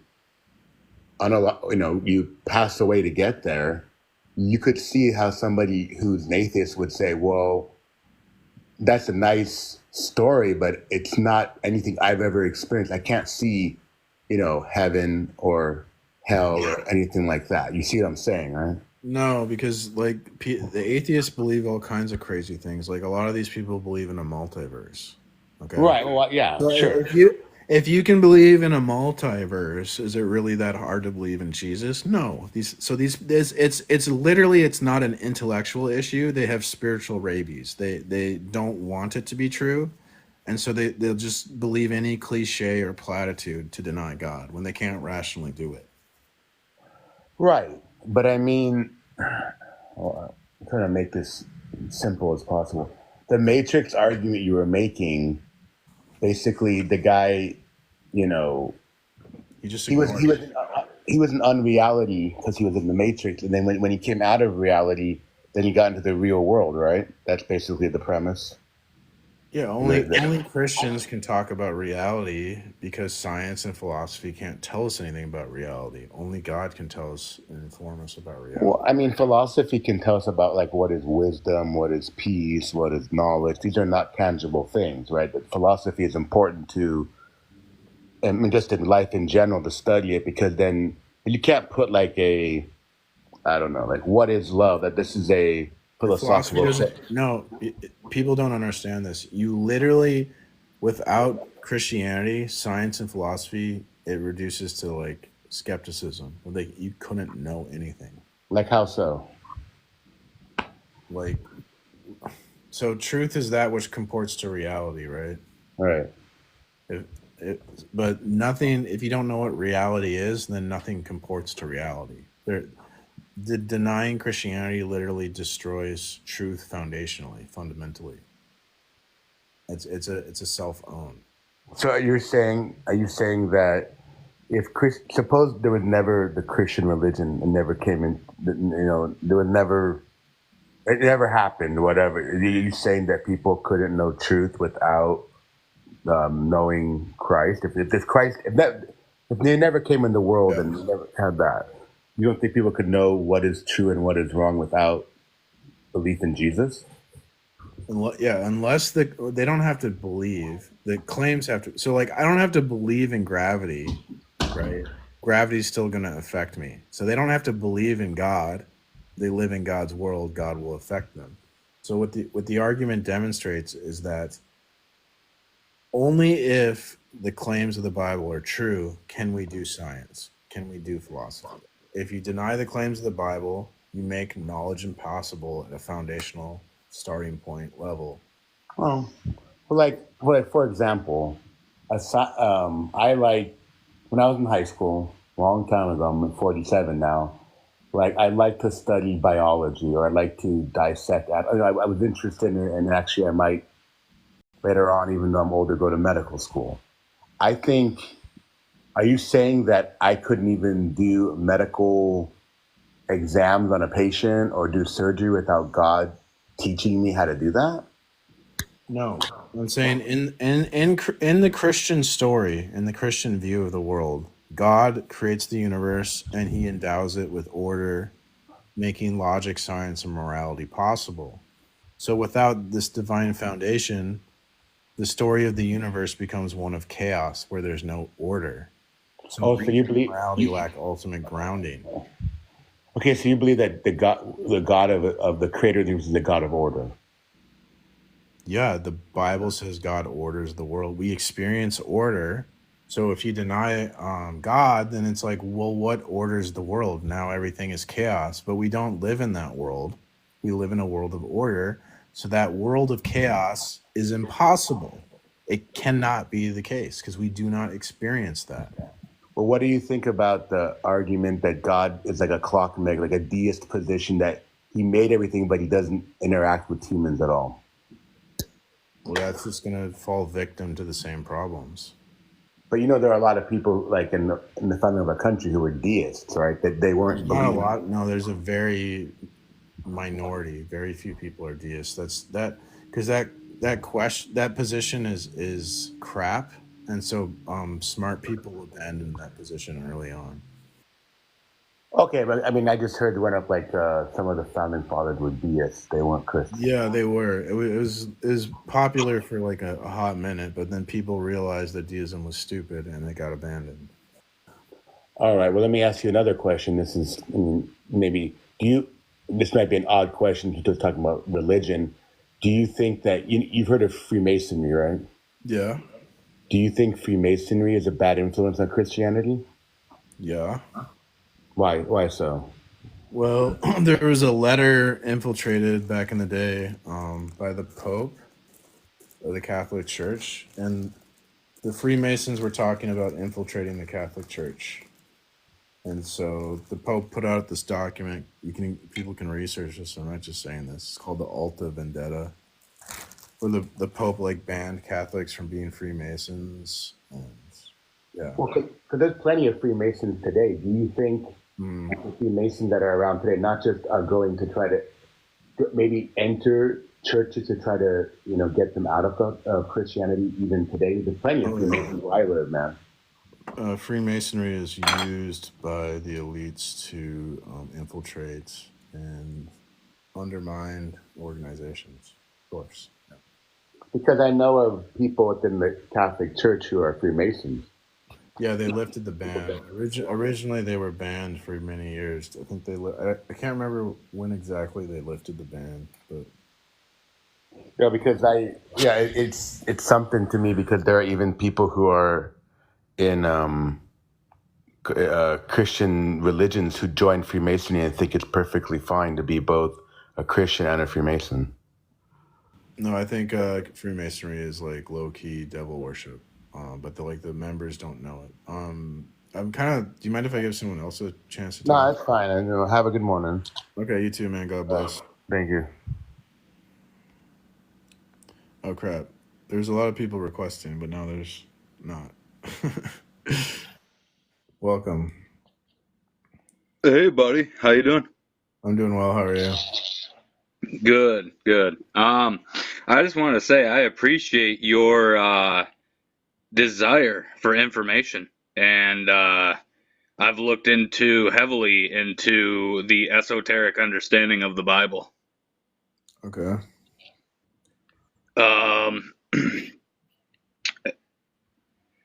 You said earlier you were talking about a pervasive mind that we're all interconnected to. Yes. Okay. There was a German theoretical physicist by the name of Max Planck, and I just wanted to quote something that Max Planck had said. He said, All matter originates and exists only by virtue of a force which can bring the particle of an atom to vibration and hold this most minute solar system of the atom together. We must assume behind this force the existence of a conscious and intelligent mind. This mind is the matrix of all matter. Oh, there you go. I think physics makes it obvious that there's a mind behind this. The problem with organized religion and the thing is the spiritual texts were manipulated through time to serve a higher order, and through the Council of Nicaea, the biblical texts were perverted for social and spiritual control. That's not true. Yes. They didn't change the text. They just would interpret the text differently based on like. That's what I'm saying. That's why I said a perversion of the text, not an actual anecdotal change of the origin, but it all stems back to older. All the monotheistic religions today stem all the way back from paganism, and it goes back even further than that. Like the 10 Commandments of Moses were straight taken from the Book of the Dead by the Egyptian theology. That doesn't have any relevance on whether they're true or false. The claims are true or false. It would be a genetic fallacy.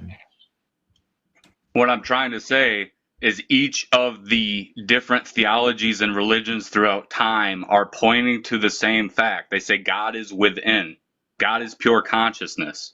It's not an external anthropomorphic deity outside of ourselves. But you can't make any claims about God without revelation. So this is just what's it called? Conjecture.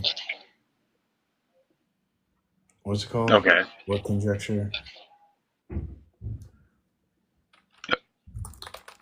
What do you mean? I'm just thinking. I can't think of the word, but basically conjecture. Like because we can't know anything about God unless God reveals it. Do you know who Bill Donahue is? Phil Donahue? Bill Donahue. No. Oh, okay. Well, he gives a very deeply beautiful understanding, esoteric breakdown of the Bible, and it is true. It's all metaphor and allegorical symbolism. The literal interpretation of the Bible through the organized religious structures was meant to keep us enslaved and controlled and not in tune with our true divinity and nature. Actually, the origins of the occult is meant to keep you enslaved and controlled, and that started with the Egyptian mystery schools. And so studying like esoteric or occult knowledge, it ultimately leads nowhere because they're constantly lying to the lower members. And every time you get promoted, they go, "Oh, everything we said at that level you were on, that low tier level, that was all false. Here's the real truth." And it's just a scam to control people. So I believe in Jesus, not scams and cons. Yeah. Jesus was the solar messiah of the Christian Gnostic sect. He is a metaphor for the higher self within us, which is consciousness. It's called Christ consciousness. That's what Jordan Maxwell was pushing, that crap. That's oh God, what is it? Astrotheology. That's what it is. The Bible is an astrotheological literary hybrid. It's not. That's just a bunch of crap that that's a lie. That's not a lie. Yeah, Jordan Maxwell was pushing that, and Jordan Maxwell's a Freemason. Well, he may have been a Freemason. He may have been a 33rd degree Freemason. He may have been in the Bavarian Illuminati. Go watch Jordan Maxwell give a handshake to Zachariah Sitchin, another con artist. They give each other a Masonic handshake, okay? And he's promoting the same crap, this astrotheology. It's crap, okay? Okay, let me quote Nikola Tesla, because I think he was pretty damn intelligent. No, he wasn't. He fell in love. He married a pigeon. He married a pigeon. No, Yeah. the CIA infiltrated his shit and took all of his documentation. They took down Wardenclyffe Tower. Pigeon. You're just believing in conspiracies, dude. See, the conspiracy thing is just as controlled as the mainstream. That's why we're only going to find truth in Christ. The conspiracy stuff is not the truth, dude. Like, there's truth in there, but there's a bunch of deception in the conspiracy world, just like in the mainstream world. So, I've gone. So, are you familiar with like the Kabbalah? Are you familiar with Hermeticism? Are you familiar with any of that stuff? Yes, I got into all that stuff in like 2004, and I was obsessed with it for years. It's not. I mean, I still believe in conspiracies, and I understand that the occult, these occult secret societies around the world. I understand all that. But they always lie to us. Like Albert Pike talks about in Morals and Dogma, how they lie to the low-level Freemasons, and only the high-level people know the real truth. But why does organized Christianity need 45,000 different denominations to teach one thing? Well, yeah, because power corrupts. So yeah, there's issues with human institutions, but that doesn't change the fact that Jesus is the truth. We don't need institutions to be Christians. We have the Holy Spirit, and you just have to have a relationship with Jesus. You don't need the man-made institution. I always summed it up to everything is consciousness permeating a quantum field, and we're all connected through electromagnetism. But I mean, we can go with Jesus. Yes, the higher self. It's the higher self. Exactly. So, but anyways, I tried. I was really into the occult, but ultimately, occult means hidden. So there's no truth there. They're just it's just a bunch of lies. Because I mean, all that, so I'm not. Lies are a plethora within human society and human awareness. It's Yes. So we have to understand that, and we got to put on our spiritual armor, the armor of God. All right, bud. It was nice to chat with you. I just wanted to bring up some of the esoteric stuff, but apparently you've covered that. Back in the day, I'd have been more on board with you on that stuff, but like I kind of changed my mind as I've gotten older, I guess. So. How old are you? I'm 42.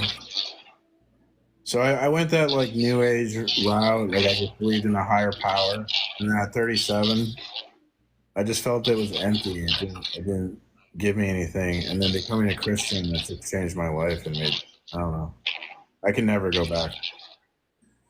Understood. Yeah. So, but all right, bro. We're on our journey, so respect. We are. Yep. We are all part. We are all part of one infinite consciousness. Have a blessed day. There you go. All right, man. Have a good one. Wish you well. You also got a little feedback in your mic, just FYI. I like this Bible verse, the armor of God. Put on the whole armor of God that you may be able to stand against the wiles of the devil. What does it say? The armor of God, this is Ephesians 6:10 through 18. So finally, be strong in the Lord and in his mighty power. Put on the full armor of God so that you can take your stand against the devil's schemes. For our struggles is not against flesh and blood, but against the rulers, against the authorities, against the powers of this dark world, against the spiritual forces of evil in the heavenly realms. Therefore, put on the full armor of God so that when the day of evil comes, you may be able to stand your ground. And after you have done everything to stand firm then, with the belt of truth buckled around your waist, with the breastplate of righteousness in place, and with your feet fitted with the readiness that comes from the gospel of peace. In addition to all this, take up the shield of faith, with which you can extinguish all the flaming arrows of the evil one. Take the helmet of salvation and the sword of the Spirit, which is the word of God, and pray in the Spirit on all occasions with all kinds of prayers and requests. With this in mind, be alert and always keep on praying for all the Lord's people. Amen. There we go. Well, no one's requesting to come up. It's hard debating atheists because they are so illogical. True, John. It's like debating flat Earth. You present the evidence, and then they go, "That's not evidence. The Earth is flat. I swear it. I'm not saying the Earth is flat. Just no evidence for globe. Me no make claim. Me flat Earth."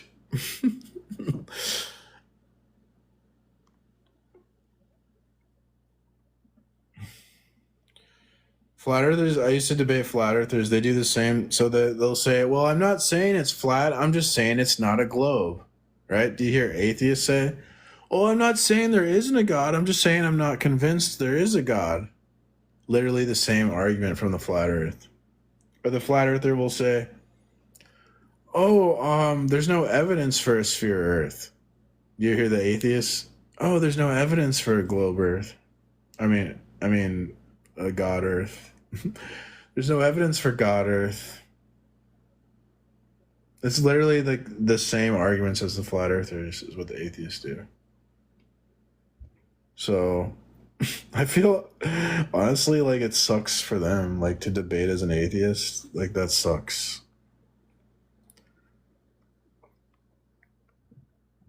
Yeah, I'm never gonna change. I'm never gonna not be a Christian. Like I'm old. I searched for answers in the world, and this is the answer that I found.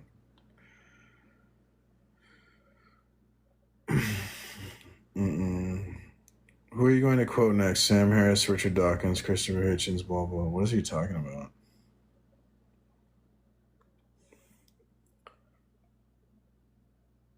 I'm not quoting any pop atheists. Welcome, EB. Hey. What's up? Good.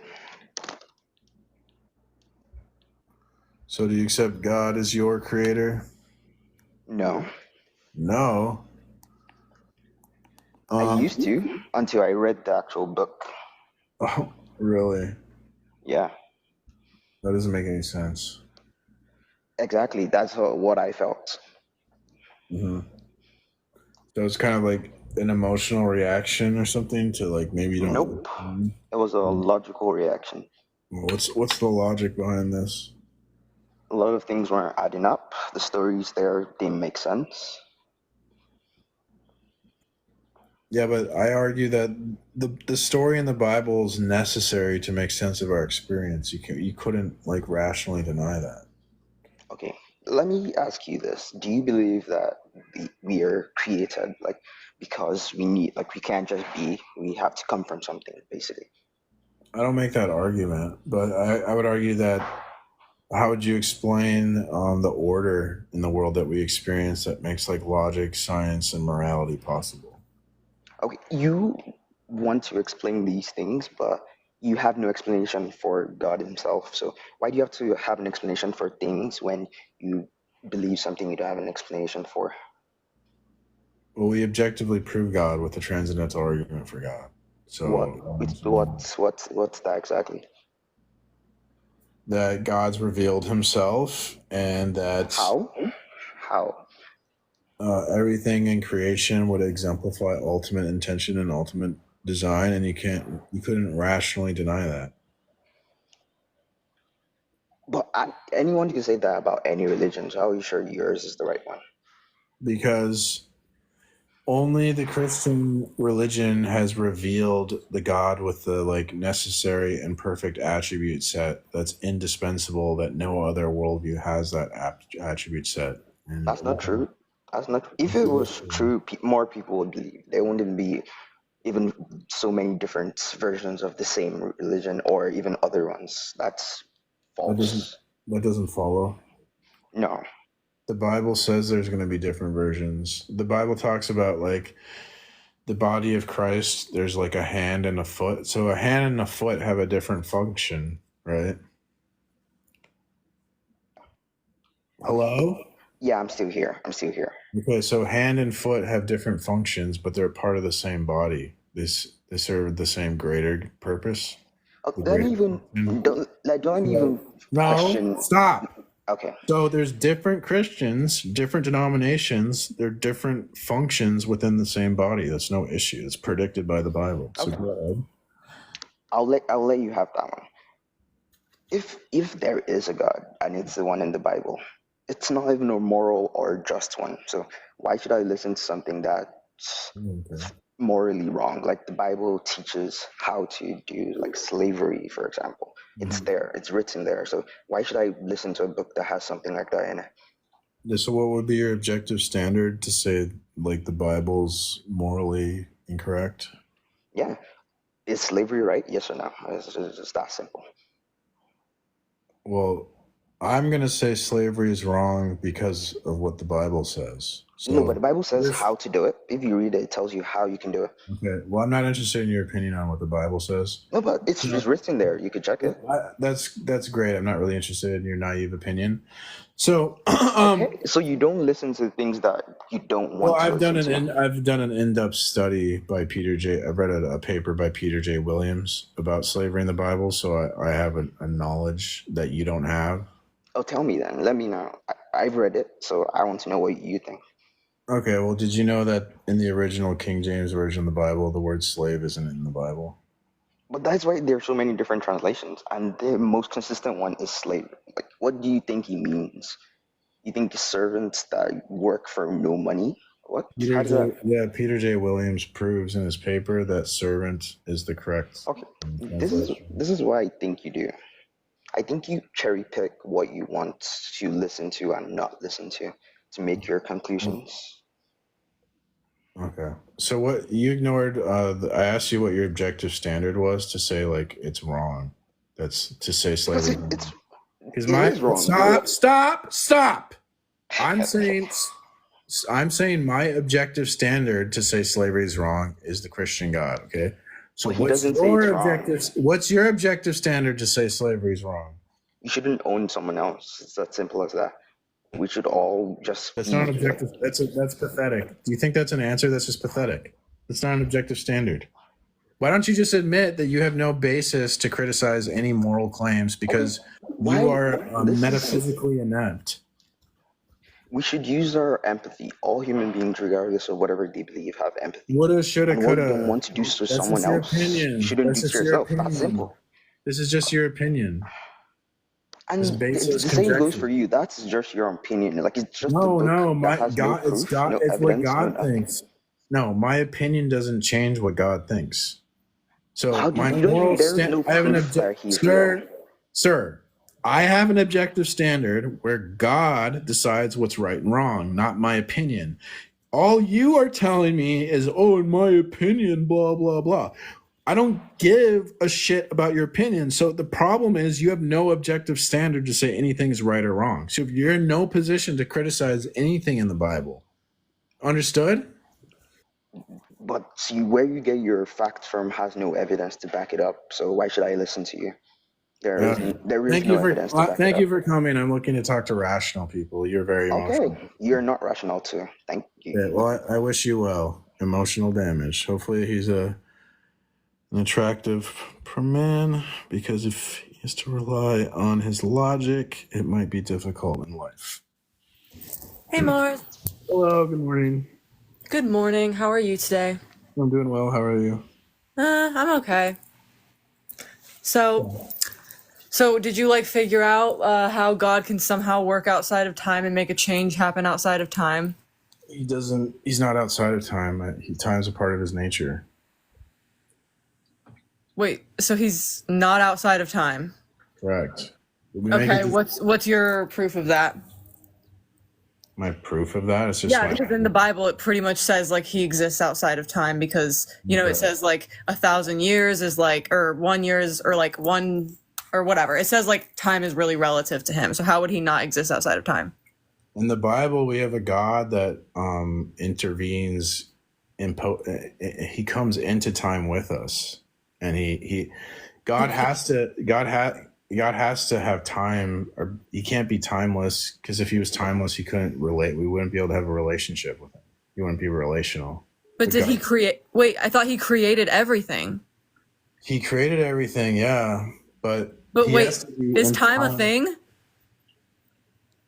Time is a part of God's nature. So what's your justification for that claim? Imagine like a comic book. Have you ever read a comic book? Uh-huh. So a comic book doesn't have time, right? But because it's all at once at the same time. You know, what? It's not like, there's no time, like the first panel and the last panel. What's time? It depends on your theory of time. So there's a relational theory of time, which says time is change, and then there's a absolute theory of time, which says time is duration. So I think typically I would say I'm a presentist, and I would say that time is change, I think. Okay, so wait, I'm just like so confused. Okay, because if God created everything, how is so time's a part of his nature? Okay, who created God in that sense? Because time had a beginning, according to you, right? Depends. Because if not, then the universe would just be infinite, which would make the universe itself God, right? So there's a distinction between physical time and metaphysical time. So like physical time had a beginning and we can measure it, but metaphysical time had no beginning and we can't measure it. And it's like a part of it. Wait, what's the distinct difference? I don't know. I just tried to explain it. I'm not an expert on this. I just recently read a paper. So Ryan Mullins is the expert. Yeah, if you want to know about time, you have to go to Ryan Mullins. Oh, because you can't defend it? Yeah, I'm admitting. Atheists pretend like they know everything, whereas I'm admitting. Do I claim to know everything? You are the one who claims to know everything. You're the one who claims to 100% know that God exists. I do not. And I also don't claim that I 100% know God doesn't exist. Yeah, so if anyone's assuming anything here, but we're like lost in the sauce because this isn't relevant to the argument. Yeah, again, we can get into this, but it just seems as though you don't have a good understanding of it. It seems like you don't have grounds to defend your claim that God 100% exists, especially because this is a fundamental part of this conversation. No one has a good understanding of time. Time is hard to understand. Well, obviously, but you should have some level of defense when somebody questions your position and can just blow it down like a tower of cards. But you're not literally. How are you questioning my position? What does this do to my Because position? You're sitting here and you're saying that there's a difference between there was time before time somehow. Yeah, this is what Ryan Mullins said in this paper. He said there's a distinction between metaphysical time and physical time, although they have... Okay, what is the distinction? He says, we can't measure metaphysical time, we can measure physical time. That'd be a distinction. Wait, how can we not measure time? Time is something that is inherently measurable. Because we don't have access... We only have our perception of the world. We don't have access to, the actual world.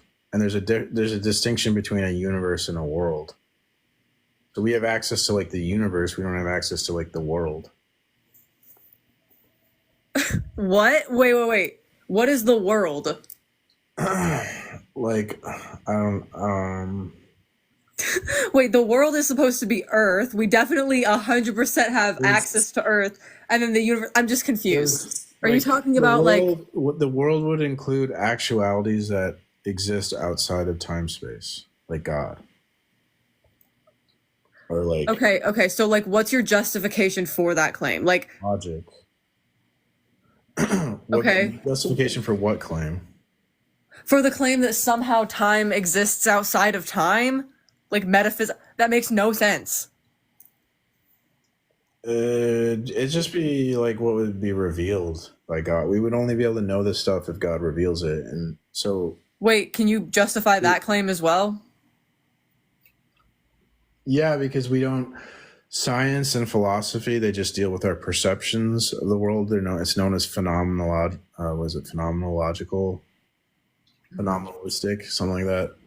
So they don't tell us about what actually is the case. So we need knowledge from God to know anything that's actually any actuality about the world.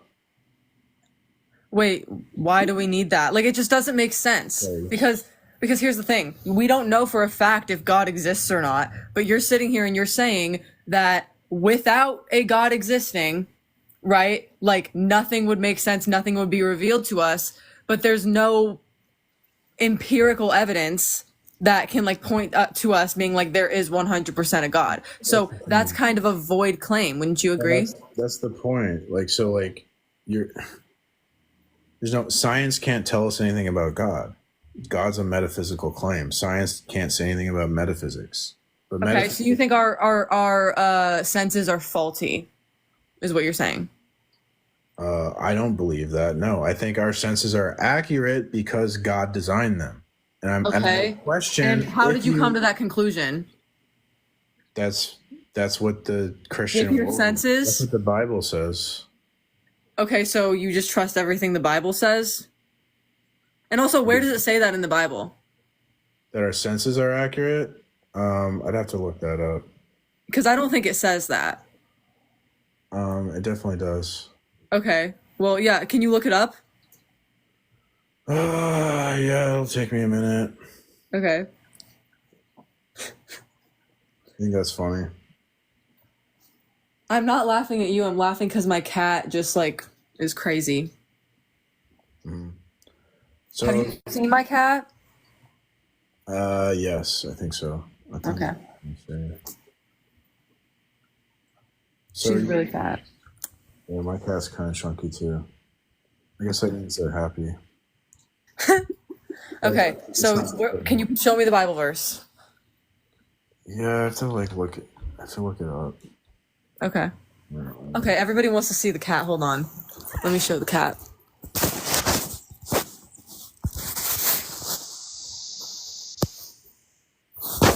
Oop. Oh, fuck.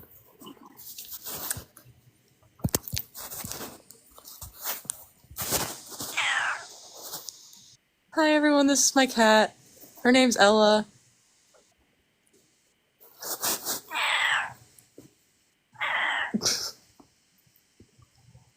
Sounds grumpy. This is her being sweet. This is like her sweet voice. She just sounds grumpy because she has an attitude all the time. Yeah, she wants you to be a Christian. I don't think that she wants that. Wait, she doesn't even know what God is, dude. What are you talking about? I'm just being funny. Oh.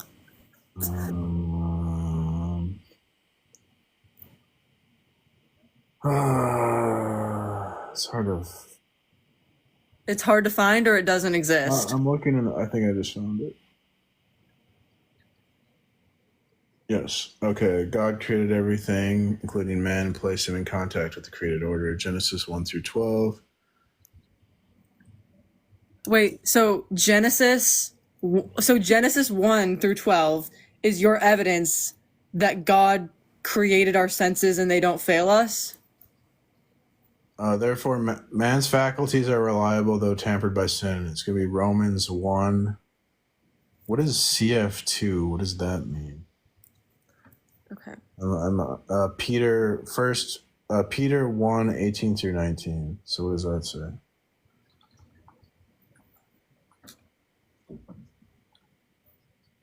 What'd you say? The verse it's saying in my book here, The Objective Proof for Christianity. Okay. So how do you know for a fact outside of the Bible, right, that your senses are reliable? Because most people wouldn't hold to that. I don't even hold to that. I don't think that our senses are in nature reliable. You don't think our senses are reliable? Yeah. How do we know? Like, we don't know. The only thing that we know for a fact, can I finish? The only thing that we know for a fact, and you cannot dispute this, is the human experience. That's our personal human experience. That's the only thing that we know to actually exist is ourselves, our minds. Reliability of our senses is going to be necessary for that experience. That's your issue. What? No, it's really not. That's the only thing that we can entirely prove to ourselves. I can't prove this to you, right?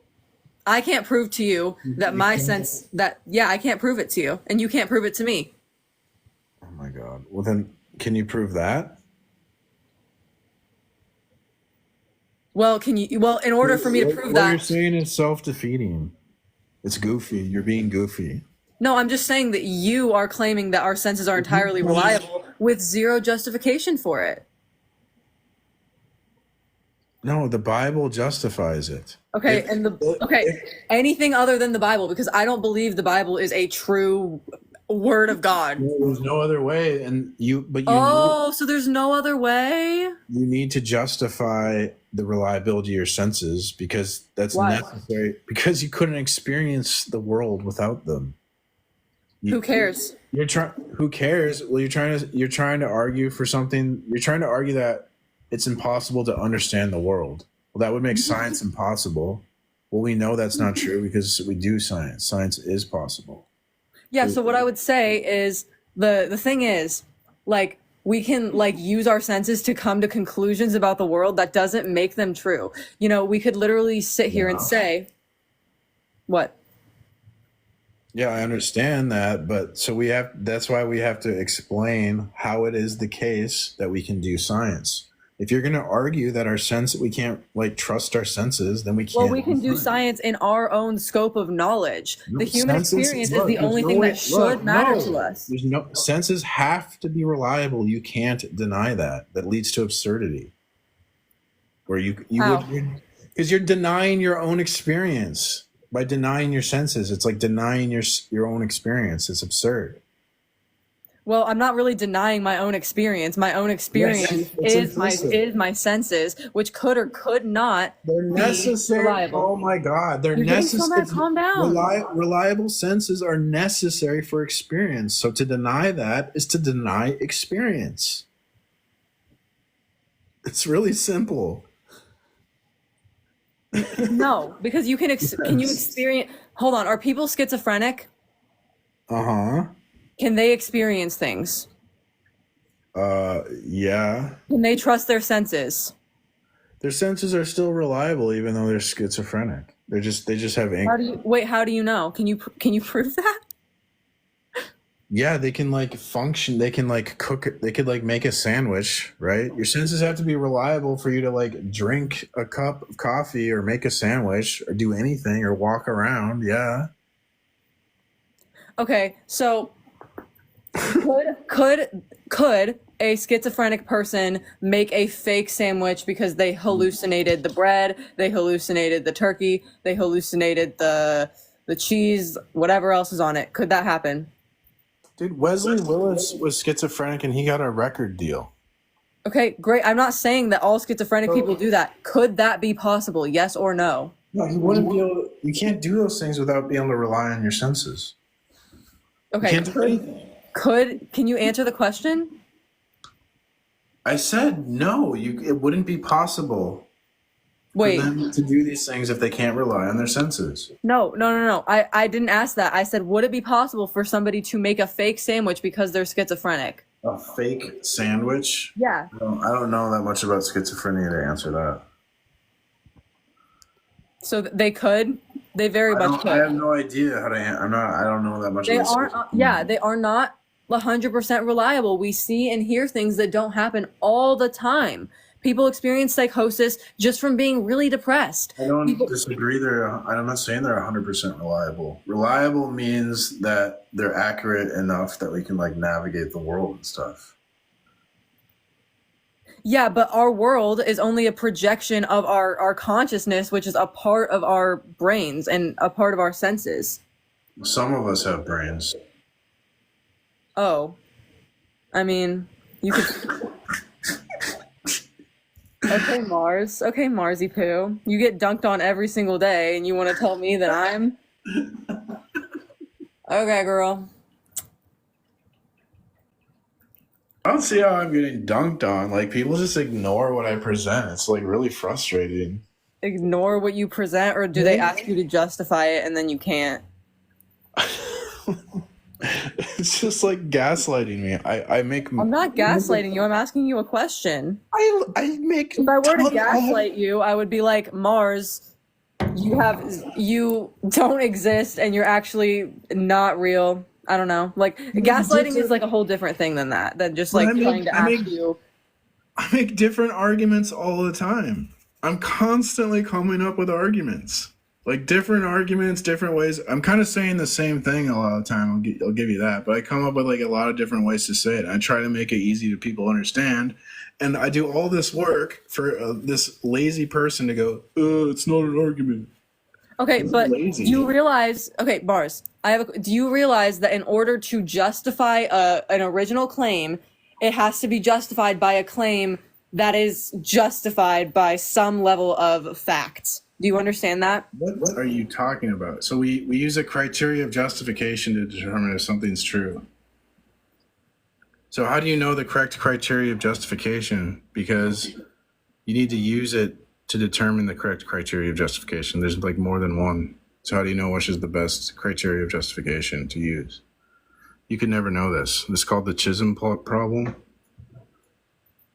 Okay, so I wouldn't say that like, but like if you're gonna sit here and you're gonna make so many claims, you make a claim after a claim after a claim that genuinely have no justification for them.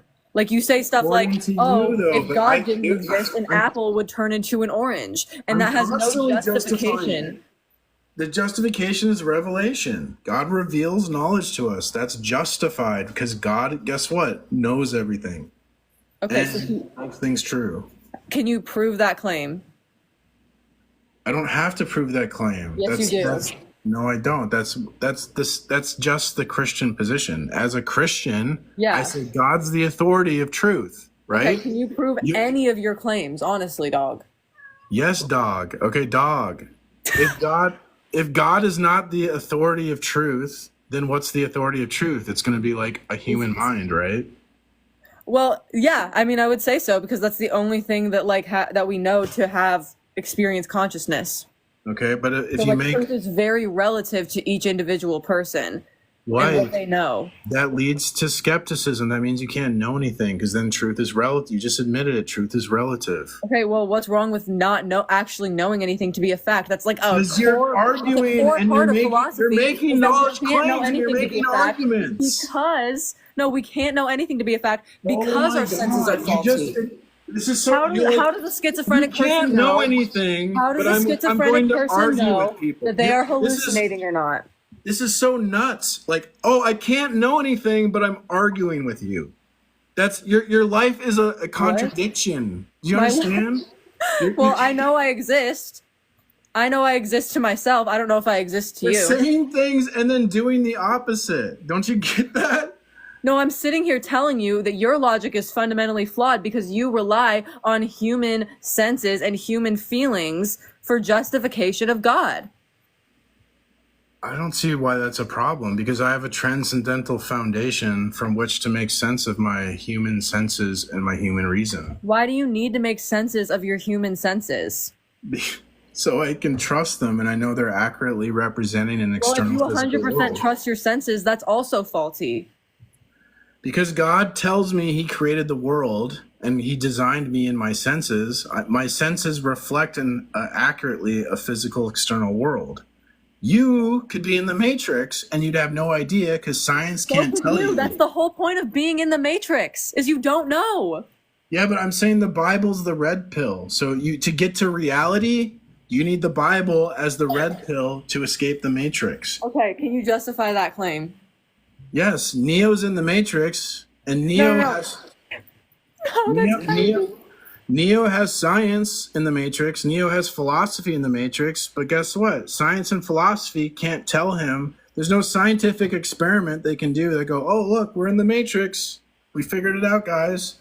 So if all we have is science and philosophy to know reality, guess what? We don't know reality. For all we know, our life is a fantasy. We're in a dream or a simulation. Yeah, we have no idea how to tell the difference. And yeah, exactly. And your only reason for saying that it is not so is because of the Bible in particular. You don't know if God is lying to you. You don't know if the Bible is absolute. You don't know these things. So I'm just curious why you trust your senses just because God told you to. Because if you deny your senses, it's like denying experience, and denying No, it's experience. not. Yes, it How is. That's are those absurd. things all the same? Because it's necessary for experience. No. I can experience things. Can I or can I not experience things even if my senses are faulty? If your senses are not reliable, you can't accurately or intelligibly understand the world. So you wouldn't be able to experience things. No. Wait, you can experience things if you have faulty senses. Schizophrenic people experience things. You admitted their senses are faulty. You admitted that they could probably make a fake sandwich with their... No. You admitted that they could probably make a fake sandwich with their brain. You admitted all of these things. So why are you backtracking and saying, oh, we need this. We need to rely on our senses when that's not the case. Confusing one word. We can rely on the senses of people around us, which also, I guess, in turn requires us to rely on our senses. Notice how she's conflating one word or one thing with another. This is like porn for ignorant people. Oh, okay. Conflate words. Yeah. So, having an experience of a fantasy is not the same. That's not real. You understand that, right? So when a schizophrenic experiences like a voice that's not real, that's not a real experience. You understand that? That's not intelligible because it's not really happening in an external real world. That's just fake. It's a fantasy. Right? How do they know? Do they know? Oh my God. Oh, this is just. I think Thank you for the gift, by the way. I think we have to I don't know where to go. Like, this is just so. No, it's okay. I have to go to work anyway, but it was really nice to get a nice W before I go serve the community. Enjoy that W. Thank Enjoy you. That W. Thank you. You don't know. Nobody can know anything. Do you know that? Oh, I don't need to know that. I can just make knowledge claims. Okay. I got a W. I don't know anything. W. Bye.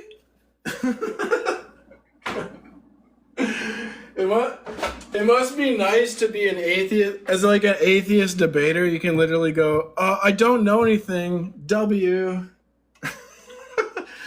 What the hell is atheism? Is so weird. She's right. How is she right? She was just saying like Descartes' demon. Oh, how do you know God's not lying to you? Well, because if God's lying to us, then that's a self-defeating proposition. That's a contradiction. If you deny the Bible, you contradict yourself. That's how we know Bible true. Because to deny Bible is contradiction. Is this that complicated? Welcome. Hey, what's up? She's an ass clown. That was bad. That was so terrible. How do you know? Like, how can they depend upon their senses if their senses aren't? Like, what the fuck are you talking about? I was gonna talk about the slavery thing in reference to the Bible. People keep saying the slavery thing. I don't. It's such a silly because they just don't understand the relativity of time. When you're talking about a society of animals that don't have like any kind of like structure, buildings or roads, infrastructure or anything, and everybody is just looking to like literally kill each other. You cannot like if animals are coming or whatever the case may be, you gotta. I'm not talking about slavery, but you gotta be able to restrain people from other people because it's just not civilized, right? Like you can't have animals do what animals do without restricting them in any way. You're talking about like people in prison. We exactly. Like, exactly. Like right. Like so, it's like you can't just open up all the prisons and say everybody has rights at all times, every time, no matter what they do. And I don't believe in slavery of any sort for any reason. Okay, so then what you do believe in is your own death because That's all that you're arguing for, is for evil to kill you, or I'm sorry, unalive you. Because if you don't believe in restraining somebody, you believe in either unaliving them yourself, or That's letting them true. unalive, or let them unalive you. That's Those are true. Like that's a good point. So like prisoners and are technically slaves. So it's not as if modern society has exactly, solved the problem of slavery. exactly. So to expect ancient societies to solve the problem of slavery is kind of unreasonable. It's very stupid. Like if you think And ancient society can solve this problem, like people are stupid. I Like think, I think we can all agree that we should not oppress or treat people cruelly. Okay, but even the of Bible is going to course, say that yeah, the exactly. people in ancient Israel weren't allowed to be cruel to other people, and what happened during the antebellum South, where slave masters were cruel, that's wrong. We can all that's obvious. We can all agree on that. There's no issues. The Yeah, Bible's so, so I hate that slavery argument because I don't think they understand the actual other side of what they're arguing for completely, and they don't even believe what comes out their mouth because they're literally just asking to be lambs at that point. They're asking to be dinner for people that will take advantage of them. Because at the end of the day, if you can't control somebody, like I said, if they're coming at you or doing that, like so it's simple logic at that point. I did And some hardcore research into this. So the King James version of the Bible doesn't even use the word slave in those passages. It uses servant. And so when the slavery was going on in America, the Christian slave, I looked at their arguments. I did research on this. So they didn't argue. When you see atheists talk about slavery in the Bible on TikTok and stuff, the actual Christian slaveholders in America did not use those passages because the word slave wasn't in the Bible at that time. So what they did was they appealed to something called the curse of Ham, and saying that like basically people of color had this, curse of Ham and they were inferior. And so they actually made a racist argument. They didn't make like a real they didn't cite the passages that the atheists cite today to support slavery because they understood there was a difference. Exactly. What they were doing, what the Bible's talking about. Right, exactly. And then, the comment just said something even more stupid. What they said, they're allowed to beat their slaves, and prisoners aren't slaves. We have the death penalty. Like we are allowed to execute people by lethal injection and like in front of people still. Like you get the death penalty in front of people, like with the glass window. Is that humane? That's debatable. I'm sort of against the death penalty, but I'm completely against the death penalty, but it's like people are acting like society today just has all the answers of like solutions to these things of barbarism, and it's not. There's a lot of forms of the same barbarism in these and not to countries. mention you got to consider economic situation at the time. Like if it's easy for us when we have technology and an abundance of resources to judge cultures that like maybe had a scarcity of resources. I'm sure life is a lot different, Right. You don't have a cell phone and all this stuff. So it's easier for us to just sit on our couch and judge these people in the ancient world that was like really harsh to survive in. And the funniest thing to me is that you got to think about the narrative behind what's happening when you're arguing with the atheist. And the point of what they're asking to argue for is not actually the direction of what solves anything. What I mean by that is like when there's the topic is slavery, and somebody that is Christian is saying, I believe in God and I don't believe in slavery in this form. And they say, I do believe in slavery in that form. Why are you taking initiative to take what we say is positive and change it into your negative when you're not even part of the culture to even have that standard and all? Like, why do you want to enforce a negative condensation on something that the people that's within it doesn't see it that way at all? It's a confirmation bias where they're looking. I want to say anything negative they can say about the God of the Bible. Right. It's because you want to. It's I don't know the word for it, but they want to basically like play God themselves. They want to be the moral standard of like good and bad, and Exactly. It's Yeah, Adam and Eve. Right. And it's kind of funny. Yeah, they think that they don't need God. They're independent of God. They can decide on their own what's right and wrong and all that. Yeah. Yeah, exactly. Like it's they're taking it upon themselves to change, to put the narrative of how the perception of the thing is at, to change it. That's why we can never change their mind. Because imagine your position is you think you're God, and then I'm coming up and going, "Look, you're not God. This other thing is God." Like you're gonna be like, "Screw that! I want to be God. I want to be God. I can do this. I can do that. Why can't I do anything? Because I like, you're gonna say, "Take a hike, buddy. I'm God. I don't need you." Right. It's all ego, and you can see it in her. Like she just was like, you asked her a question. You said like, so what do you think that decides like what you said, like right or wrong or something like that? What ultimately determines what's true or false or something like it's gonna be. Yeah, you said the human mind, and she was like, yeah, of course we do. Like, what the fuck yeah, she admitted that truth was relative and we just make it up, and then she was okay with that, and then still wants to argue with me. Like, what a fucking bird. If you admit that you just invent truth in your mind, how are you arguing with me still at that point? You just make anything up. You can just say, let's all jump off a bridge. I'll just say, okay, it's my truth in my mind that God's real. There, I win the debate. There, say it again. That's it. So, like, where do we end up? A draw. So obviously there has to be a symmetry breaker, which is actually God, ironically. That's why we need objectives. If we disagree, we need an objective standard to see. Exactly. So ironically, there needs to be a symmetry breaker. God doesn't exist. God does exist. Who's the symmetry breaker? God. Well, you lose. It's literally as simple as that. Yeah, it's really not fair because we have God on the side, so it's really kind of unfair. It's really not fair, and I don't know. It's because I think they're scared because it's like a lot of them are in philosophy and they teach them to think a certain kind of way, and they're scared to deconstruct atheism and like go and look at life in a different way than what they were taught.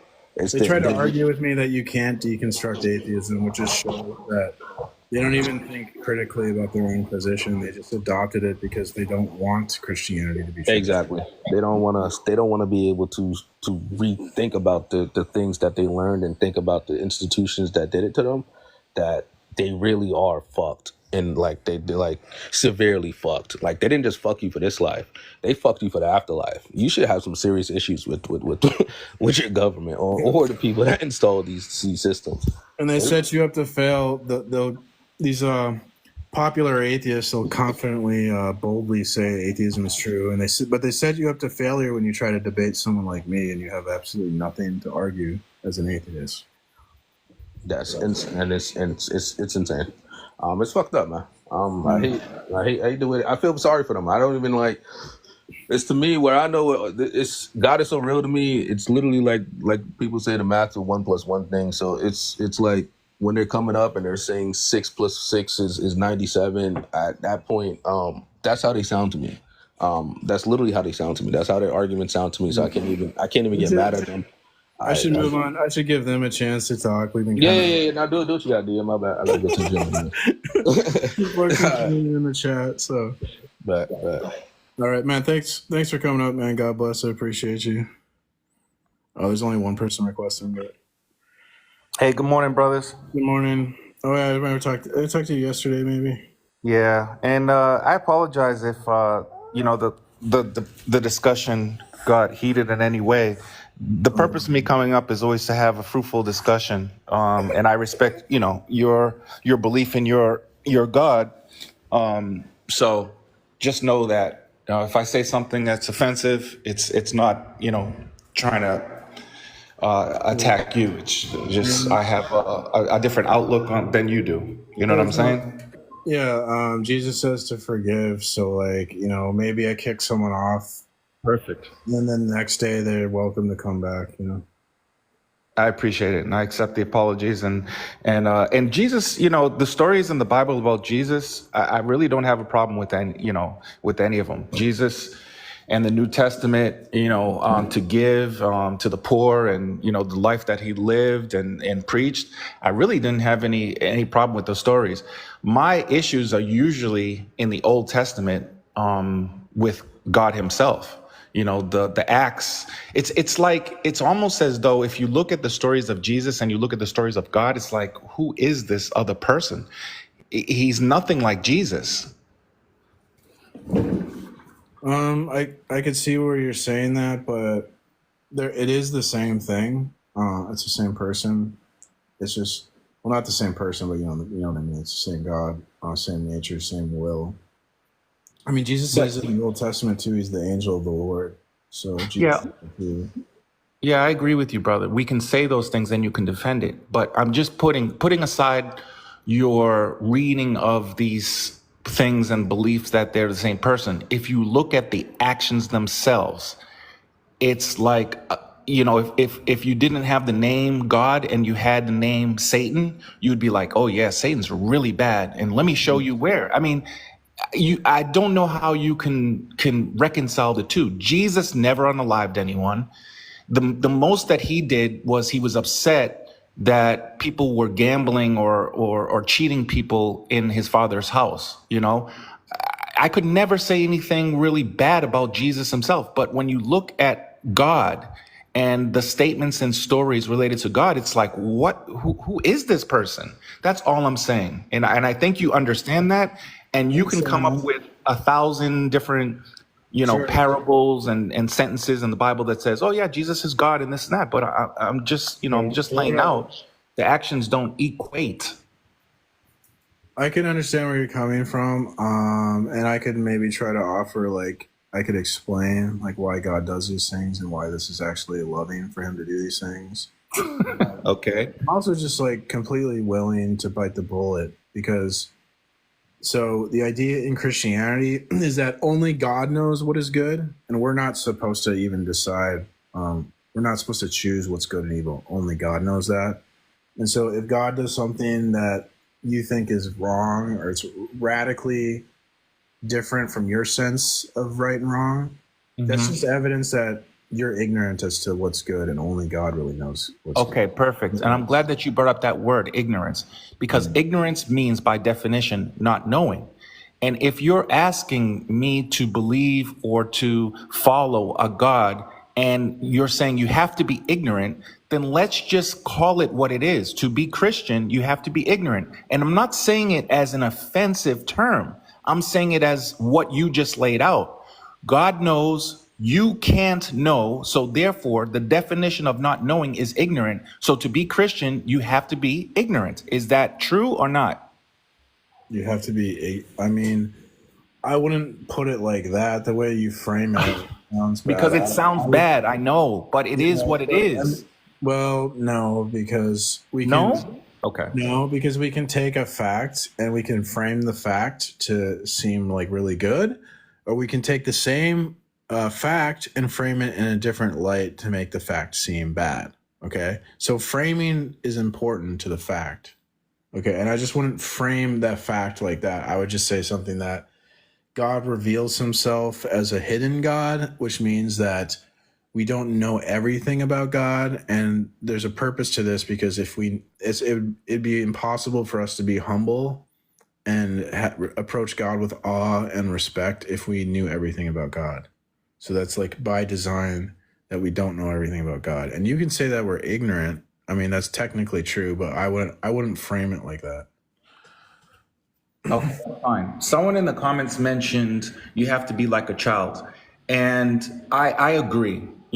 I think that children, and the reason they learn from the ages of 2 to 10 very fast is because they don't have any shame about asking questions and questioning things. They're humble. And they're very humble, exactly. And I think as adults are arrogant, and if you're arrogant, you're not going to learn.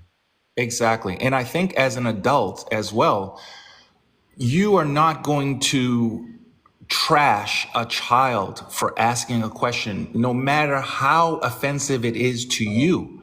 However, as a fellow adult, you will not allow an adult to ask a question that challenges your beliefs without trashing them. And I think that is, because if I explain to a child, okay, just bear with me for a second. Challenge my beliefs all the time. Are you talking about me?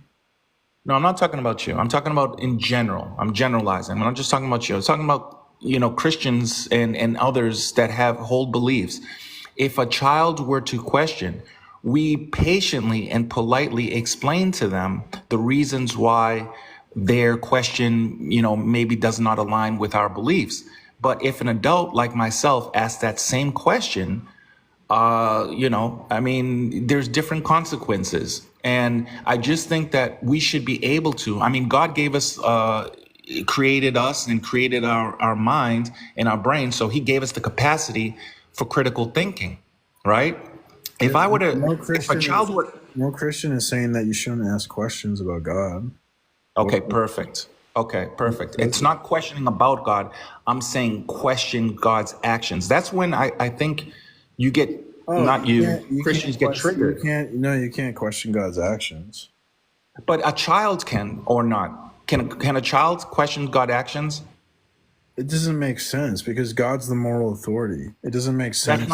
That's not my question, and that's my point. Is that children don't have to make sense. They're children. But when adults don't make sense, you get upset. Why? Because we expect more from an adult than we do from a child. And in the Bible, it says to be childlike. So isn't it something where you should humble yourself and treat others the same way that, you want to be treated? Yes. And if I was acting like you, I'd want someone to tell me I'm being ridiculous, right? Because think about this. You're judging. What objective standard would you use to judge God? Because God is the objective standard. So how would you even judge God? It doesn't make sense logically, right? I guess I'm not trying to judge God, but I want to use the same standards that a child would have as far as asking questions of things. If I told a child, let's say that their age is 7, and I explained to a child that this God had unalived the children that were your same age. Children tend to have an affinity to children their same age, and they're going to say, but why? Why did God have to do that? But if I ask you that, you say you're stupid, you're ridiculous, you're arrogant, you're questioning God, and he created you. You don't even deserve to ask that question. And you start. Why don't you ask about the God unaliving the 100-year-old man peacefully in his sleep? Why don't you ask about that? Why do you make it about a child? Because that was a separate event, and what I want to ask about is all of them. But I want to start with them. Dude, what you're doing is emotional blackmail, and it's manipulative. Emotional blackmail? Yeah. If I emotionally blackmail you, how would you feel? I don't even know what that is, to be honest with you. I don't know what emotional blackmail is. It's when you go, oh, will someone please think of the children? What about the children? The children! Oh, children! That's emotional blackmail. You're trying to appeal to something cute and cuddly to prove a point. That's very manipulative and disgraceful. You should be embarrassed and ashamed of yourself, but you're not because you hate Jesus. So you're saying that if a child is unalived or a child is treated badly, and I go and plead, whether it's to a person or official or something, that I am then using emotional blackmail to prosecute that criminal that did that? I don't have any defense for that. Because you want to it's my fault. Why don't you bring up the fact that why did God unalive the 100-year-old man in his sleep peacefully? You don't bring that up because you bring up children being unalived because it's about emotional blackmail. It's not about logic or rationality. Isn't that true? Okay, let's talk about the 100-year-old man, because to me all life is precious. So what reason would there be for a 100-year-old man to be unalived in a flood? Tell me. Or a blind man. I guess that would be too emotional for you. Okay, let's say a healthy 100-year-old man is unalived in a flood for what reason? Because I could think of lots of reasons. Because he worshipped multiple gods? Is that what you're saying? Is okay? Well, I wouldn't say that. We could point to a modern day reason. Wasn't it the right thing to do to unalive Yahtzee Germans? Right, that was Yahtzee Germans? In a war? in Yeah, the war, yes. that's the right thing to do, right? Because they're doing Because they're doing is wrong. because they're in combat.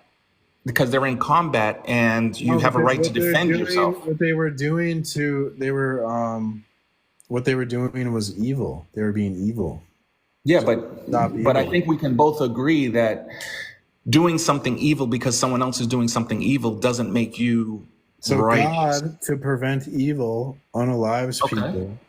Okay, that's fine. I'm for that. If it's to lessen the suffering of people for a long term, I get it. I would do the same thing. But my question comes with, this mercifulness that we have. If it's not an immediate threat, even you can defend yourself, but the threat has to be immediate. It has to be immediately bodily harm to either you or another person that you can unalive someone. And I think that that's a pretty good standard that we would all agree on, that if someone did something evil, no matter how evil it is, and they don't have the capacity or ability to further do harm, to do further harm, you shouldn't just unalive a standard, dude. You can't talk about a standard outside of God. This is why it's so ridiculous to criticize God. God is the standard. He's the standard. He's the gold standard. You're going to need a standard to criticize. Okay, so let's use the gold standard. Let's use God's standard then. Let's see how. Dude, by his own, if he's the standard, you can't criticize him because. No, I'm not criticizing him. I want to apply it to you and I. Let's use the same standard. You're not getting this. It's impossible to criticize God's actions. It's impossible. I'm not trying to criticize his actions. Isn't God someone that we should follow? What? Should we follow his example? Not necessarily, no. Okay. So what exactly are we using God for then? For example, God determines who lives and who unalives. God determines what is good and what is evil. So if humans determine who lives and who doesn't live, that's wrong because they're playing God. They're being like God. We're not supposed to do God's specific jobs that only God does. When humans decide for themselves what's good and evil, they're sinners because they're playing God. Be like the serpent said, you will be like God. So that's a sin to try to be like God. Okay, let me see if I can follow your rationale then. You brought up the H cost, correct? Yeah. You brought up the Yahtzees, right? Yeah. Okay. Yahtzees. So were the American soldiers and the Russian soldiers and the English soldiers that came to defend those that were being, what was happening to them, were they playing God or were they just following what God had already determined that, who was going to be unalived and not alive? Which of the two? Because it can't be both, right? It's either God had decided or they had decided, the American soldiers. That's a good question. I don't, that's up to God to decide, like, if their actions were right or wrong. So who initiated their actions? Was it God that initiated their actions, or was it them that initiated their actions? Potentially, God could have used them to enact some sort of justice upon Germany, but I can't say for sure. Okay, so what about the other side? What about the ones that were the German soldiers? Was God enacting them to do evil and allowing, or were those people just evil? God uses evil to destroy evil. So are you telling me that our God decided to use German soldiers and some of the German people to commit the most ferocious acts to human beings, including children, and the medical things that they were doing to children is just unspeakable, to prove some type of action or to test us in some way? Is that what you're saying? Well, all I can say is what God reveals. In the Bible, Paul says that if you do anything evil, God will bend the evil to serve an ultimate greater good. So yes, even like the horrible things that go on in history that we all know about, they ultimately serve God's greater good. So he uses Great. evil. So we can then say that this mustache man was actually, without him knowing, kind of a hero, because he did some of the greatest evil. So I expect that a lot of good must have come from that. Is that what you're claiming? No, just because God uses evil to ultimately serve his greater purpose. It's not like a license to just do whatever the hell you want. Okay, let me go back to the flood. Let me ask you something about the flood. So we know that God saved some people. Noah and his family. I think it was a dozen or so, right?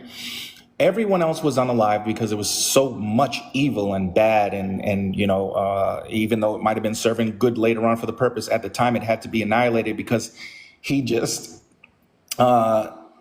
hated this evil in the world. Okay, so why did he allow Satan to live if he unalived everyone else? And we say that Satan, the devil, is the worst kind of evil. Satan's not a person. Satan is a title. It just means adversary. Oh, okay, got it. So there's no actual Satan person. There's not an antichrist that is considered Satan. Technically, in the Bible, Satan just means adversary. It's not referring to a person. Okay, so when God is all perfect, right, and all knowing. Okay, so when he wants something, it's gonna happen, right? Yeah. Okay, so he wanted evil to be gone, and that's why he did the flood. So he unalived all the people, and if you just look at the results, is there evil still today? Yeah, but he's got a plan. We're in the process of him eliminating evil, so we're going through his redemptive plan. Okay, got it. So plan A. So we're now on plan B. Plan A, he kind of like scratched that. That was just like part of it. No. God created the world. It was good, and then he had a plan for when man falls, a plan of redemption to restore everything. Temporarily, he allows bad things to happen, where ultimately he will restore the world and it'll be like paradise. So, and these disasters have to occur before paradise comes. I get it. So is God responsible for the disasters that come so that we can eventually get to the paradise? No, it would be because we rebelled against God, the world was corrupted. So we caused the evil in the world. Okay, let me ask you this. Do you believe in that dinosaurs roam the earth? And I'm not trying to be funny, but yes. Do you believe in dinosaurs? Okay, great. And do you know that dinosaurs were before man? No, I don't. I think they existed at the same time. Do you think dinosaurs and man existed at the same time? Yeah, like the Flintstones. No, I'm serious. I'm being serious here. I'm being serious too. I believe the Flintstones is like a documentary. Come on, bro. Can we have a serious conversation? I just want to make sure. Flintstones is real. I think now what you're doing is you want to go into silly season because you can't defend. I'm being dead ass serious. I believe the Flintstones is real. Okay. Well, any study in anthropology will show that the dinosaurs existed way before humans. But that's just because science. But that's because science hates the Bible, so that's why they say that crap. So they hate the Bible. You can't trust them. So, okay, well, let me ask you this then. Let me just ask you straight out. Did God destroy the earth before the flood and destroy all the dinosaurs through a cosmic-like event? In other words, a meteorite hitting the earth? And destroy and basically kill off the dinosaurs or not? I don't know. He didn't reveal that, so I don't know what happened. So are all things revealed in the Bible, or is it just some things or most things are revealed in the Bible, and it is possible that things can happen without it being in the Bible, or does every single thing that happens or is going to happen in the Bible? Obviously, the Bible doesn't. God doesn't reveal everything. Obviously not. Okay, so it is possible that there could have been, what science is saying. It's not contrary to what the Bible is saying. In the Bible, it never said there wasn't a meteorite that hit the earth and destroyed the dinosaurs. So I'm not sure. science is a theistic concept, so it wouldn't make sense to do science in a godless world. So you couldn't really use science to say Christianity is false. There's no No, bro. I'm not trying to say that. I'm not trying to No, say I that. know, but science implicitly tries to deny the Bible by making. I'm not a scientist. I'm just trying to go over real life events. I'm not trying to say because gravity exists that God doesn't exist. I'm not trying to say that. All I'm asking you is, where are the dinosaurs? Let me say it that way. What do you mean, where are the dinosaurs? Where are the dinosaurs? We have fossils of dinosaurs. We know that dinosaurs existed. Where are they today? They're not here. Okay, and does the Bible explain why? No. Okay, so if there was an explanation that we can kind of verify, it wouldn't be contradicting the Bible, because the Bible stays silent on it. So my understanding of it is that there was a meteorite that hit the earth, and that caused a cloud that caused the sun not to be able to shine, which means that, there's no fruit and vegetation, and the dinosaurs died off. Is that contrary to your Bible in any way? How can you believe that, but you can't believe the Bible? I didn't say I didn't believe the Bible. Is that contrary to the Bible? I mean, I don't think it's brother. I never said I didn't believe the Bible. Okay? I don't think it's contrary to the Bible. Oh, okay, perfect, good.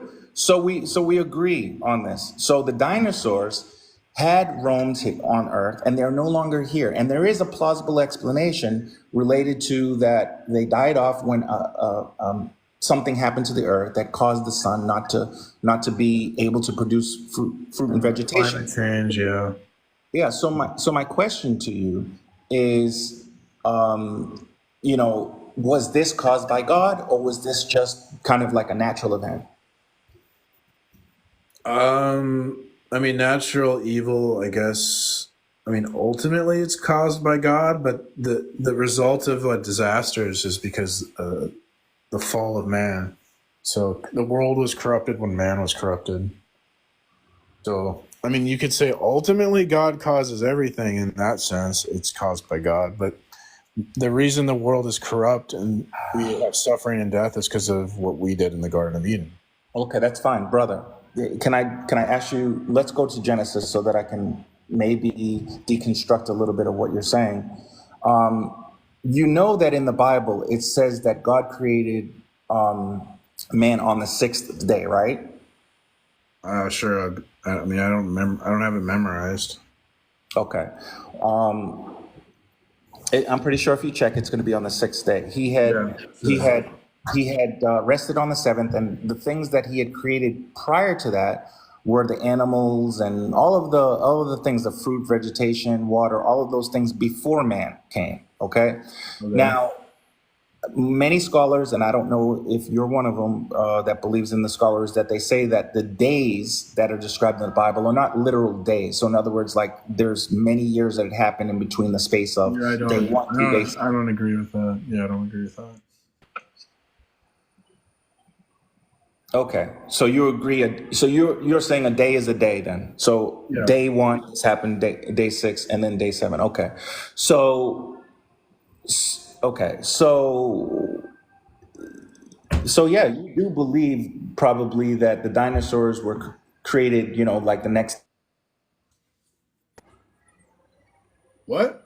I don't know. I guess they were made with the animals or something. Okay. All right, bro. Hey, any questions for me? You asked me why I believe and don't believe the Bible and stuff like that. Like, is there anything specific you want to ask me? Because I asked you a lot of questions. Yeah. So like, since the only way to be like a realist is to be a Christian, and like atheism would like undermine science and lead to skepticism. Do you want to like repent and turn to Christ so you can be rational, or do you want to like live in atheist fantasy? Want to, or will I? There's two different things. I want to, because I want Jesus to be real and I want God to be real. But unfortunately, the things that are listed and said in the Bible haven't happened, or they're straight out lies. And until those happen, I'm going to remain skeptical and I'm going to remain unable to move forward. And I'll give you an example. Go ahead. But the problem is, like, you're saying their lies, based off what, like, scientific or what historical? No. Based on my own personal experiences. So, for example, prayer. I have found that prayer for me does not work. And I don't know what it is. Maybe there's some evilness that has been assigned to me, and I just can't get prayers to work. But I've tested prayers many of times, not in a sense of trying to test it, but just thinking back of, hey, yeah, I prayed for this. And by the way, I don't even pray for myself. I can't even remember a time where I've actually prayed for myself, because I've done very well for myself. Even from young, I was very, had what I needed. But there were some things that I couldn't control that I prayed on, such as like sickness or death or bad things happening to other people that I loved.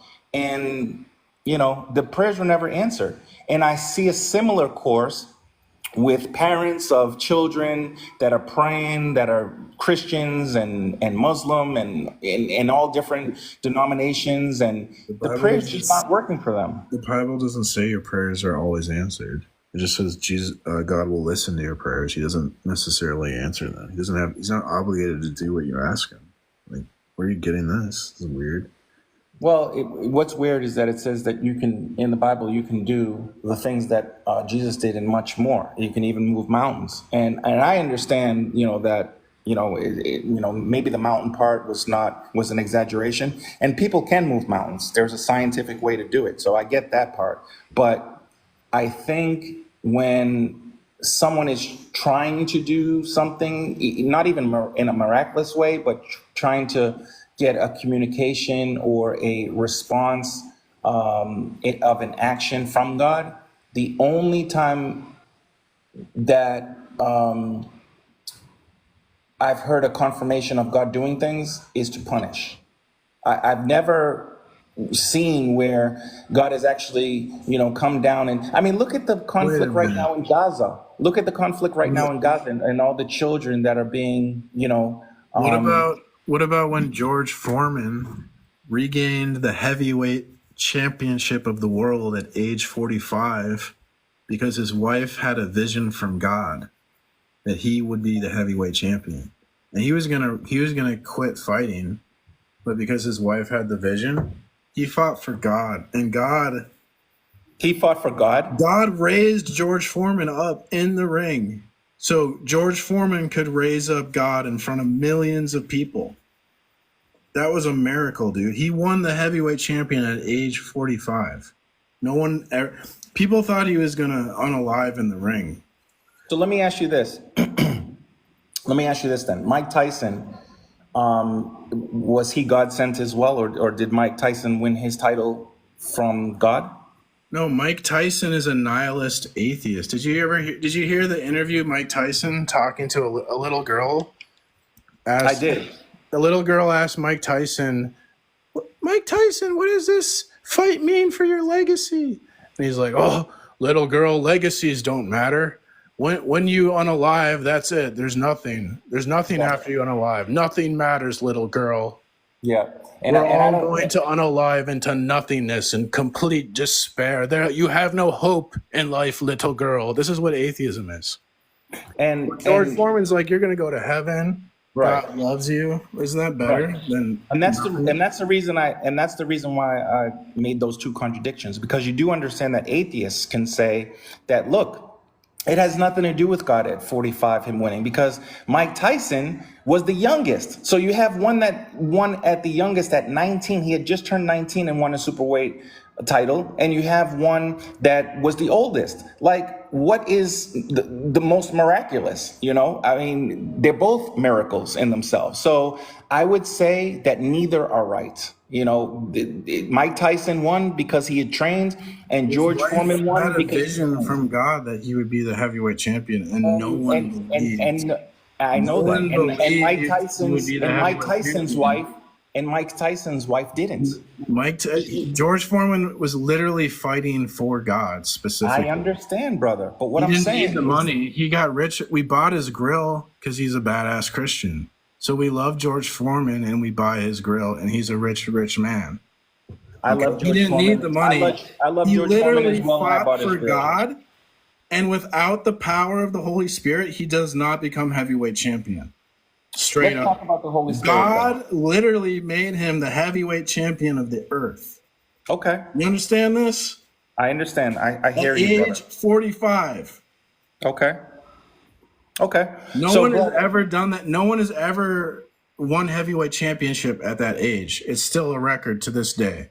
It is. Okay. I will concede, you gain 1 point there. I have nothing to combat that. George Foreman is a legend. I love George Foreman. I did buy his grill, so I am guilty as charged. Okay. Can we talk about? Okay, fine. So Christianity is good enough for George Foreman. It's not good enough for you. Let's talk about the Holy Spirit for a second, and then maybe you'll have me convinced. Okay. So I mentioned the conflict in Gaza. It's not a religious war, so to speak, but there's a lot of religion that is affecting, let's say, that area, with the Middle East, which is, Jerusalem and the surrounding area. Even in our Bible, it speaks specifically about Jerusalem, right? Okay. And I'm just going to say it because I'm not sure if you're familiar, but Abraham had 2 sons, right? And his first son was Ishmael. Okay. He was born through his handmaid, through the servant, slave. And the second one was Isaac. And we both, I think, know those stories, right? Right. Okay. And Abraham, the conflict with Abraham was he had now 2 children, 2 sons in the house from different women. And there was some conflicts. And the angel came and said, you know what? Follow what your wife says. Throw out Ishmael into the desert and God will provide for him. And so on and so on. Correct?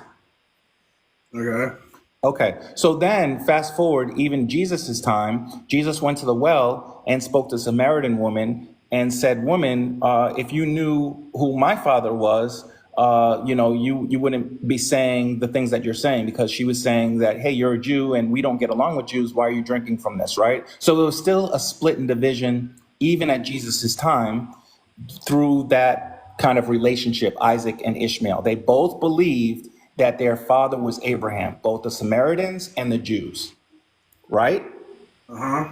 Okay. So we have a father that has this promised land, the covenant through God, and he has 2 different sons. One son is to the Jewish faith and the other son is to the Muslim faith. And they're fighting constantly in the Middle East over this land and this claim that they are the original people and all of this, and it continues to lead to bloodshed. Do you agree with the overall, I know I'm generalizing it, but do you agree with the overall theme of what's happening here? I'm not sure he's saying God's plan leads to bloodshed. I'm not saying that God's plan leads to bloodshed.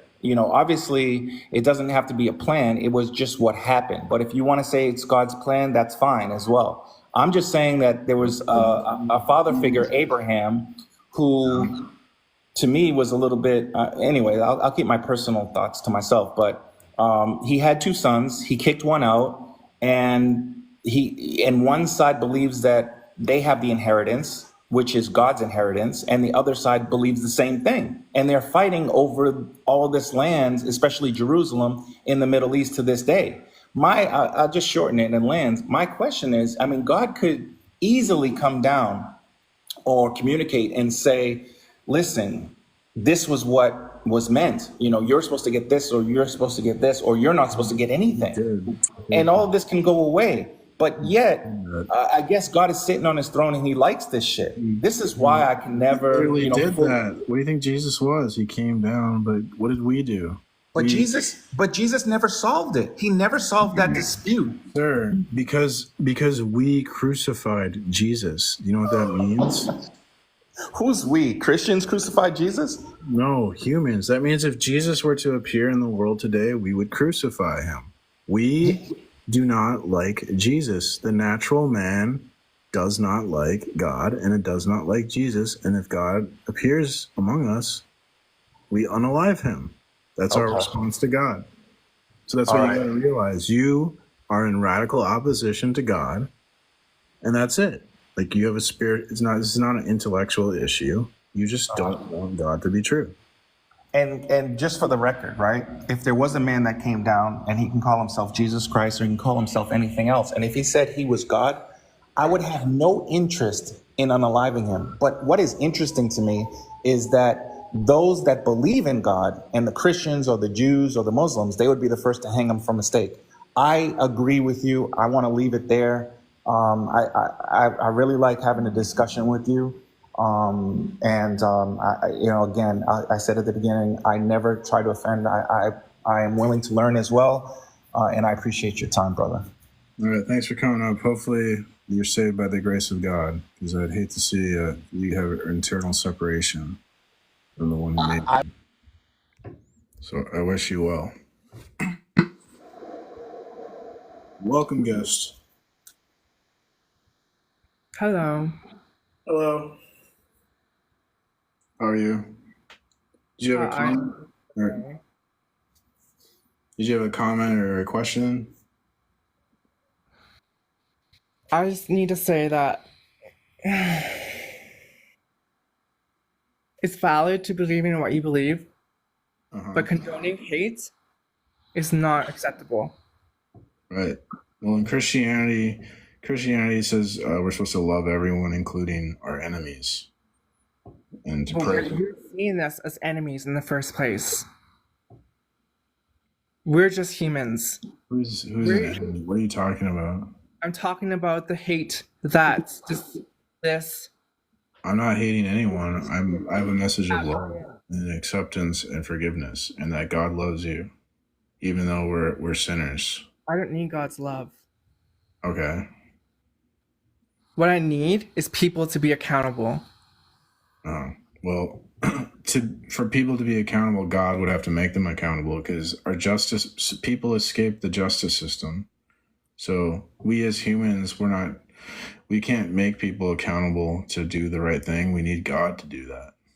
I believe, for me personally, my meaning of God or higher power or something greater than us is justice and all these other things I believe in. I've been told they're just concepts, but the truth is they're not. But there are people who escape justice, like maybe the cops never find out they're guilty of a crime, and it's moral luck. Moral luck. That's what it's talking about. But if God exists, then no one can escape the wrath of God. That if you commit a crime, God will hold you accountable, even if you escape human justice. So I think that's necessary, because we don't want. You never escape your own consequences. Well, you're living in. If there's no God, then people can get away with. Why do you believe God needs to exist in order for consequences to happen? Because without God, people will get away with schmurder. But if God exists, no one's getting away with schmurder. That's a lie. You're gonna get thrown in a lake. That's a lie. Guess what happened to a bunch of native people? They've all been genocide by the church. You can't say that word. Sorry, they've been all menacide. Is that okay? Menacide. Okay, I know what you mean.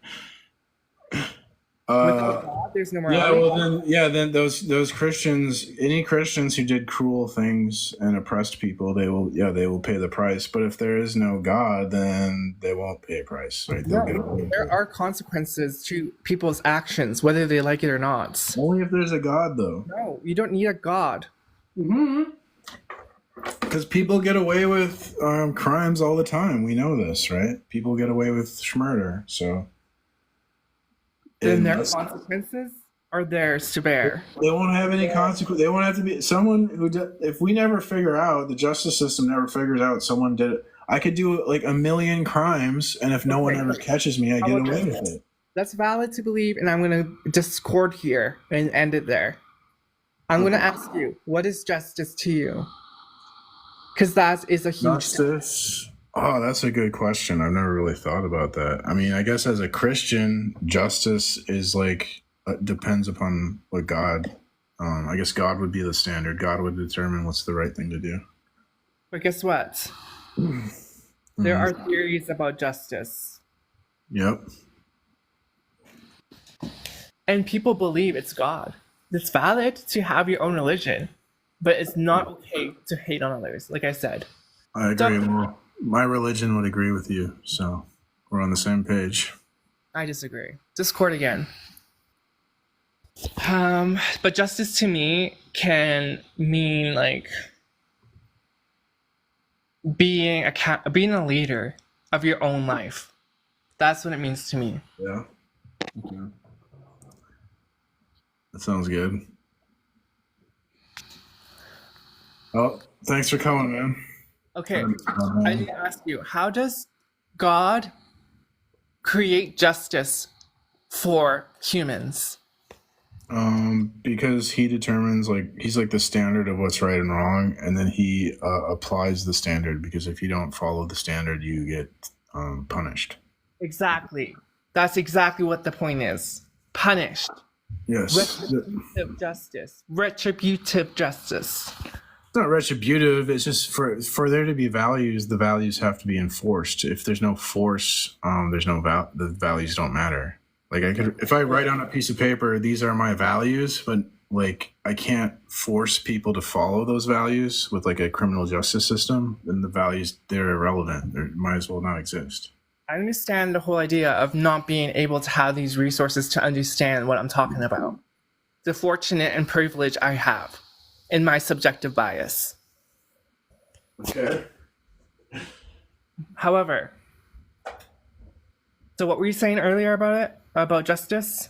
And what you just said? That we need, if we have no ability to enforce the like values and morals require force. Without force, they don't matter. Like if I wrote like a bunch of values or a bunch of laws down, but I can't enforce the laws, then they might as well not exist because they're not practical, you know? It's not about forcing it. It's about acting and behaving it. It's about what you can do. Because punishing others, retributive justice, sending people to hell, smell, is not okay. This is sending people to smell is going to end up in retributive justice because you're sent to smell to fire for eternity.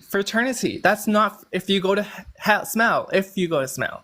Well, I want to live in the world where people who commit menocide, I want them to go to smell. I don't want to live in a world where people get away with menocide. Where you believe in persons, and that capital punishment is a thing. Is that what you? I'm against. I mean, unless God is okay with it, I guess. But like, I'm personally, I think only God can decide who lives and who unalives. That's what I believe. So I'm against like I would vote against like the death penalty or abortion because I don't think a human being can determine like who should live and who should die. I think that's really like sick and twisted.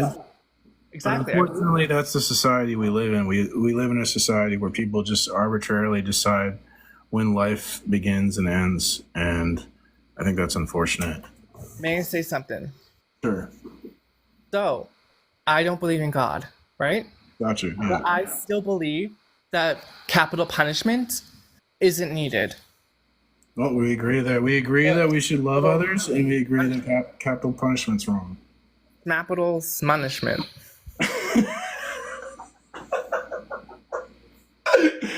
You make me laugh. I don't know if you're trying to be funny, but I'm sincere. I'm just trying not to be banned. Yeah, I got you. That's just TikTok's kind of funny. Yeah. What I'm saying as well. I think we're mainly in agreement. We disagree about God, but so I agree. If you're, I believe there is something greater than us, and I believe there are higher powers. Me too. Sorry. Well, I mean, if you believe in like loving and forgiving and being tolerant, you know, that's pretty cool. So I can respect that. I'm also learning about being inclusive and acceptable. Right. And accepting, not acceptable, being accepting. The challenge is we have to be tolerant of the people we don't like, because it's easy to be tolerant of like our friends and family. That's easy. I think the true test of love is to love the people that like you vehemently disagree with, or even people who wrong you or something. So I think It's that's not about being right or wrong. It's about being vulnerable. got you. Yeah. It's about being who we are and being authentic. Mhm. And like some people don't believe, like some people believe God is our free will, like in a way, because Yes, I agree with that.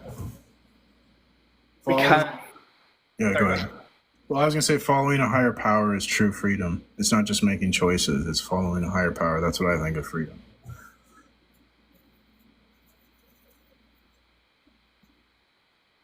freedom to me is more about knowing that we are in a meaningless world. Yeah.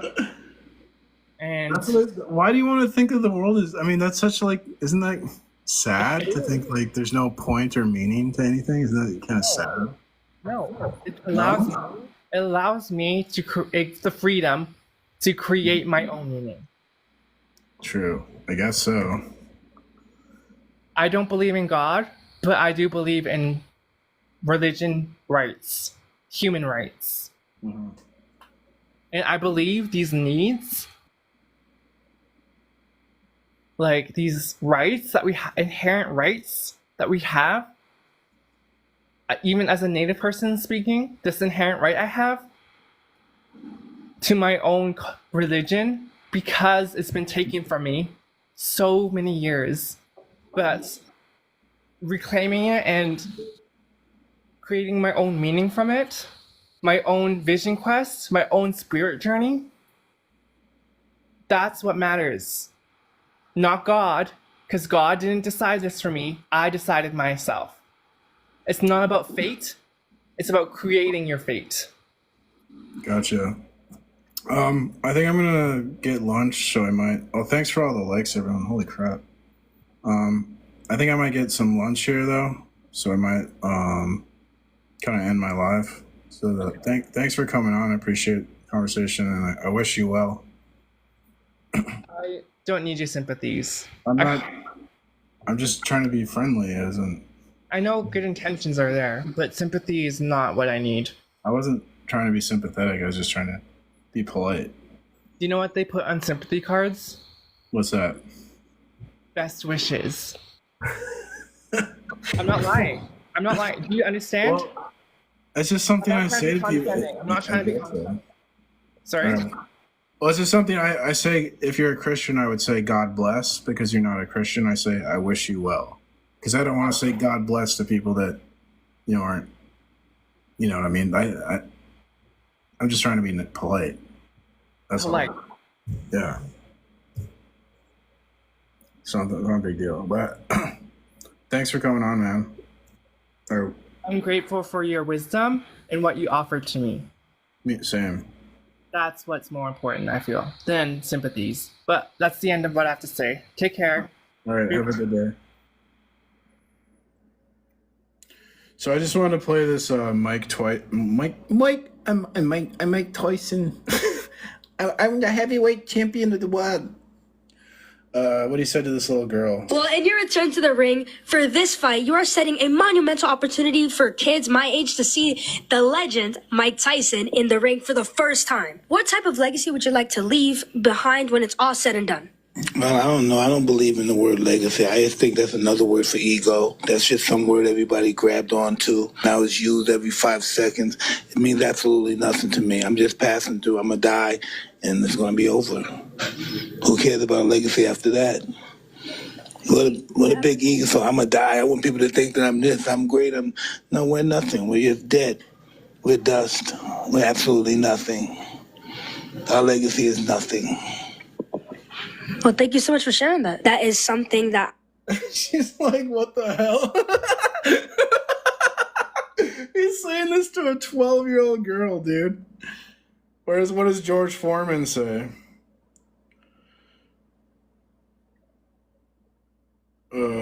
George Foreman's like, what's a Christian sound like? Or like Kobe's a Christian too. I don't know if there's like a good clip of Foreman talking about God. he talks about how he had a vision where God showed him death. Well, here's like a little clip of George, maybe. GMC Sierra. It's the truck. Get 0% APR and so. Big George Foreman. There's a special on Netflix right now. On Netflix, you can watch the movie Big George Foreman. It's a great movie. Jimmy Brown, the great football player, and Johnny Unitas, who was the Baltimore Colts, said, if you're looking for a second chance, join the Job Corps. Get an education. Learn a profession. I did. I took them up on it. That's why commercials are very important to me. You at least better be telling the truth. Because if they had told me, look, looking for a second chance, jump off the Golden Gate Bridge, I would have driven there and jumped off. My heroes meant that much to me. Anyway, I went to the Job Corps and learned electronic assemblies. I got a basic education, a general education diploma, and even on my way to college. One day in the dressing room, not the dressing room, but the little day room, we were looking at a boxing match. It was Muhammad Ali. He was Cassius Clay then fighting Floyd Patterson. All the kids were listening. And they said, George, you're a bully. You come all the way from Texas. You think you're so bad. Why don't you become a boxer? I said, okay, I'll show you. I'll be a boxer. I don't know what I was saying. So I transferred from Grants Pass, Oregon to Pleasanton, California, where I was going to take up boxing. First person to meet after I got in there in the reception dormitory was the boxing coach. I ran to him, said, hey, I want to be a boxer. He said, well, you're big enough and you're ugly enough. Come on down to the gym. So a week of working out, he gave me a boxing match. It was going to be a little exhibition down in the gym. And so I told all my friends after I saw my opponent, this guy was skinny. You could see his ribs like nothing. I told everybody, please come see me. You're going to see the best fighter you've ever seen. Because I had seen this skinny guy. I got into the ring with him that night. The gym was filled with people. And I came out, and he hit me with something I'd never heard of called a jab. Boom. I said, what? And when I tried to reach at him, he moved away and did it again. So I got him and tried to pick him up. They said, no, put him down. I said, well, he keeps doing that to me.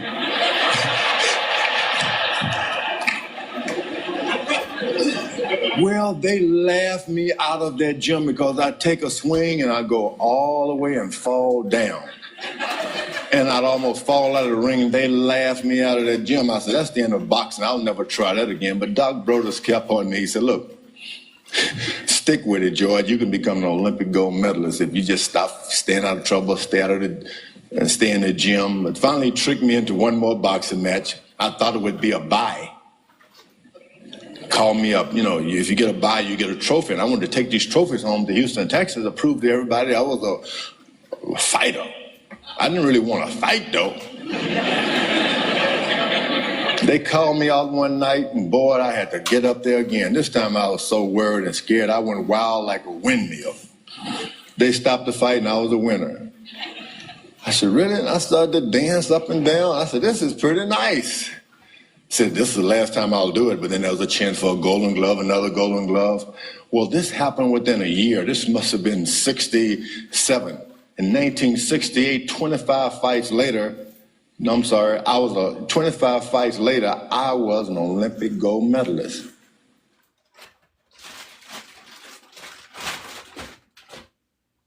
Oh, is that it? He didn't even talk about his Christianity. Well, that's way more inspirational than whatever Mike Tyson, good Lord.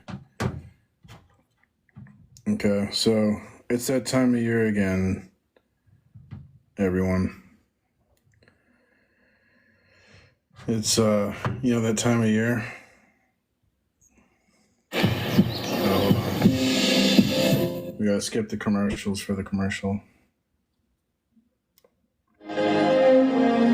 This holiday, grab some eggnog. Let's gather around the fireplace and celebrate the birth of our blessed Lord with the soothing sounds of a very special Darth Dawkins Christmas collection.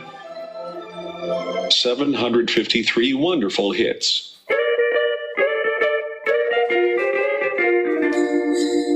Here we go. Shut the fuck up. You're totally clueless, so stop with the shtick. Don't ever talk me, you're being rude. I'm old enough to be your fucking father, dude. Shut the fuck up. All your favorites are here in one spectacular collection. You come into my room and you restore my mic, you fucking troll. Doobie's a fucking asshole I can't tolerate anymore. I've had to quit this server 4 fucking times before. Digitally remastered and expertly rendered in high-quality audio. Never before has such a splendid compilation been put together.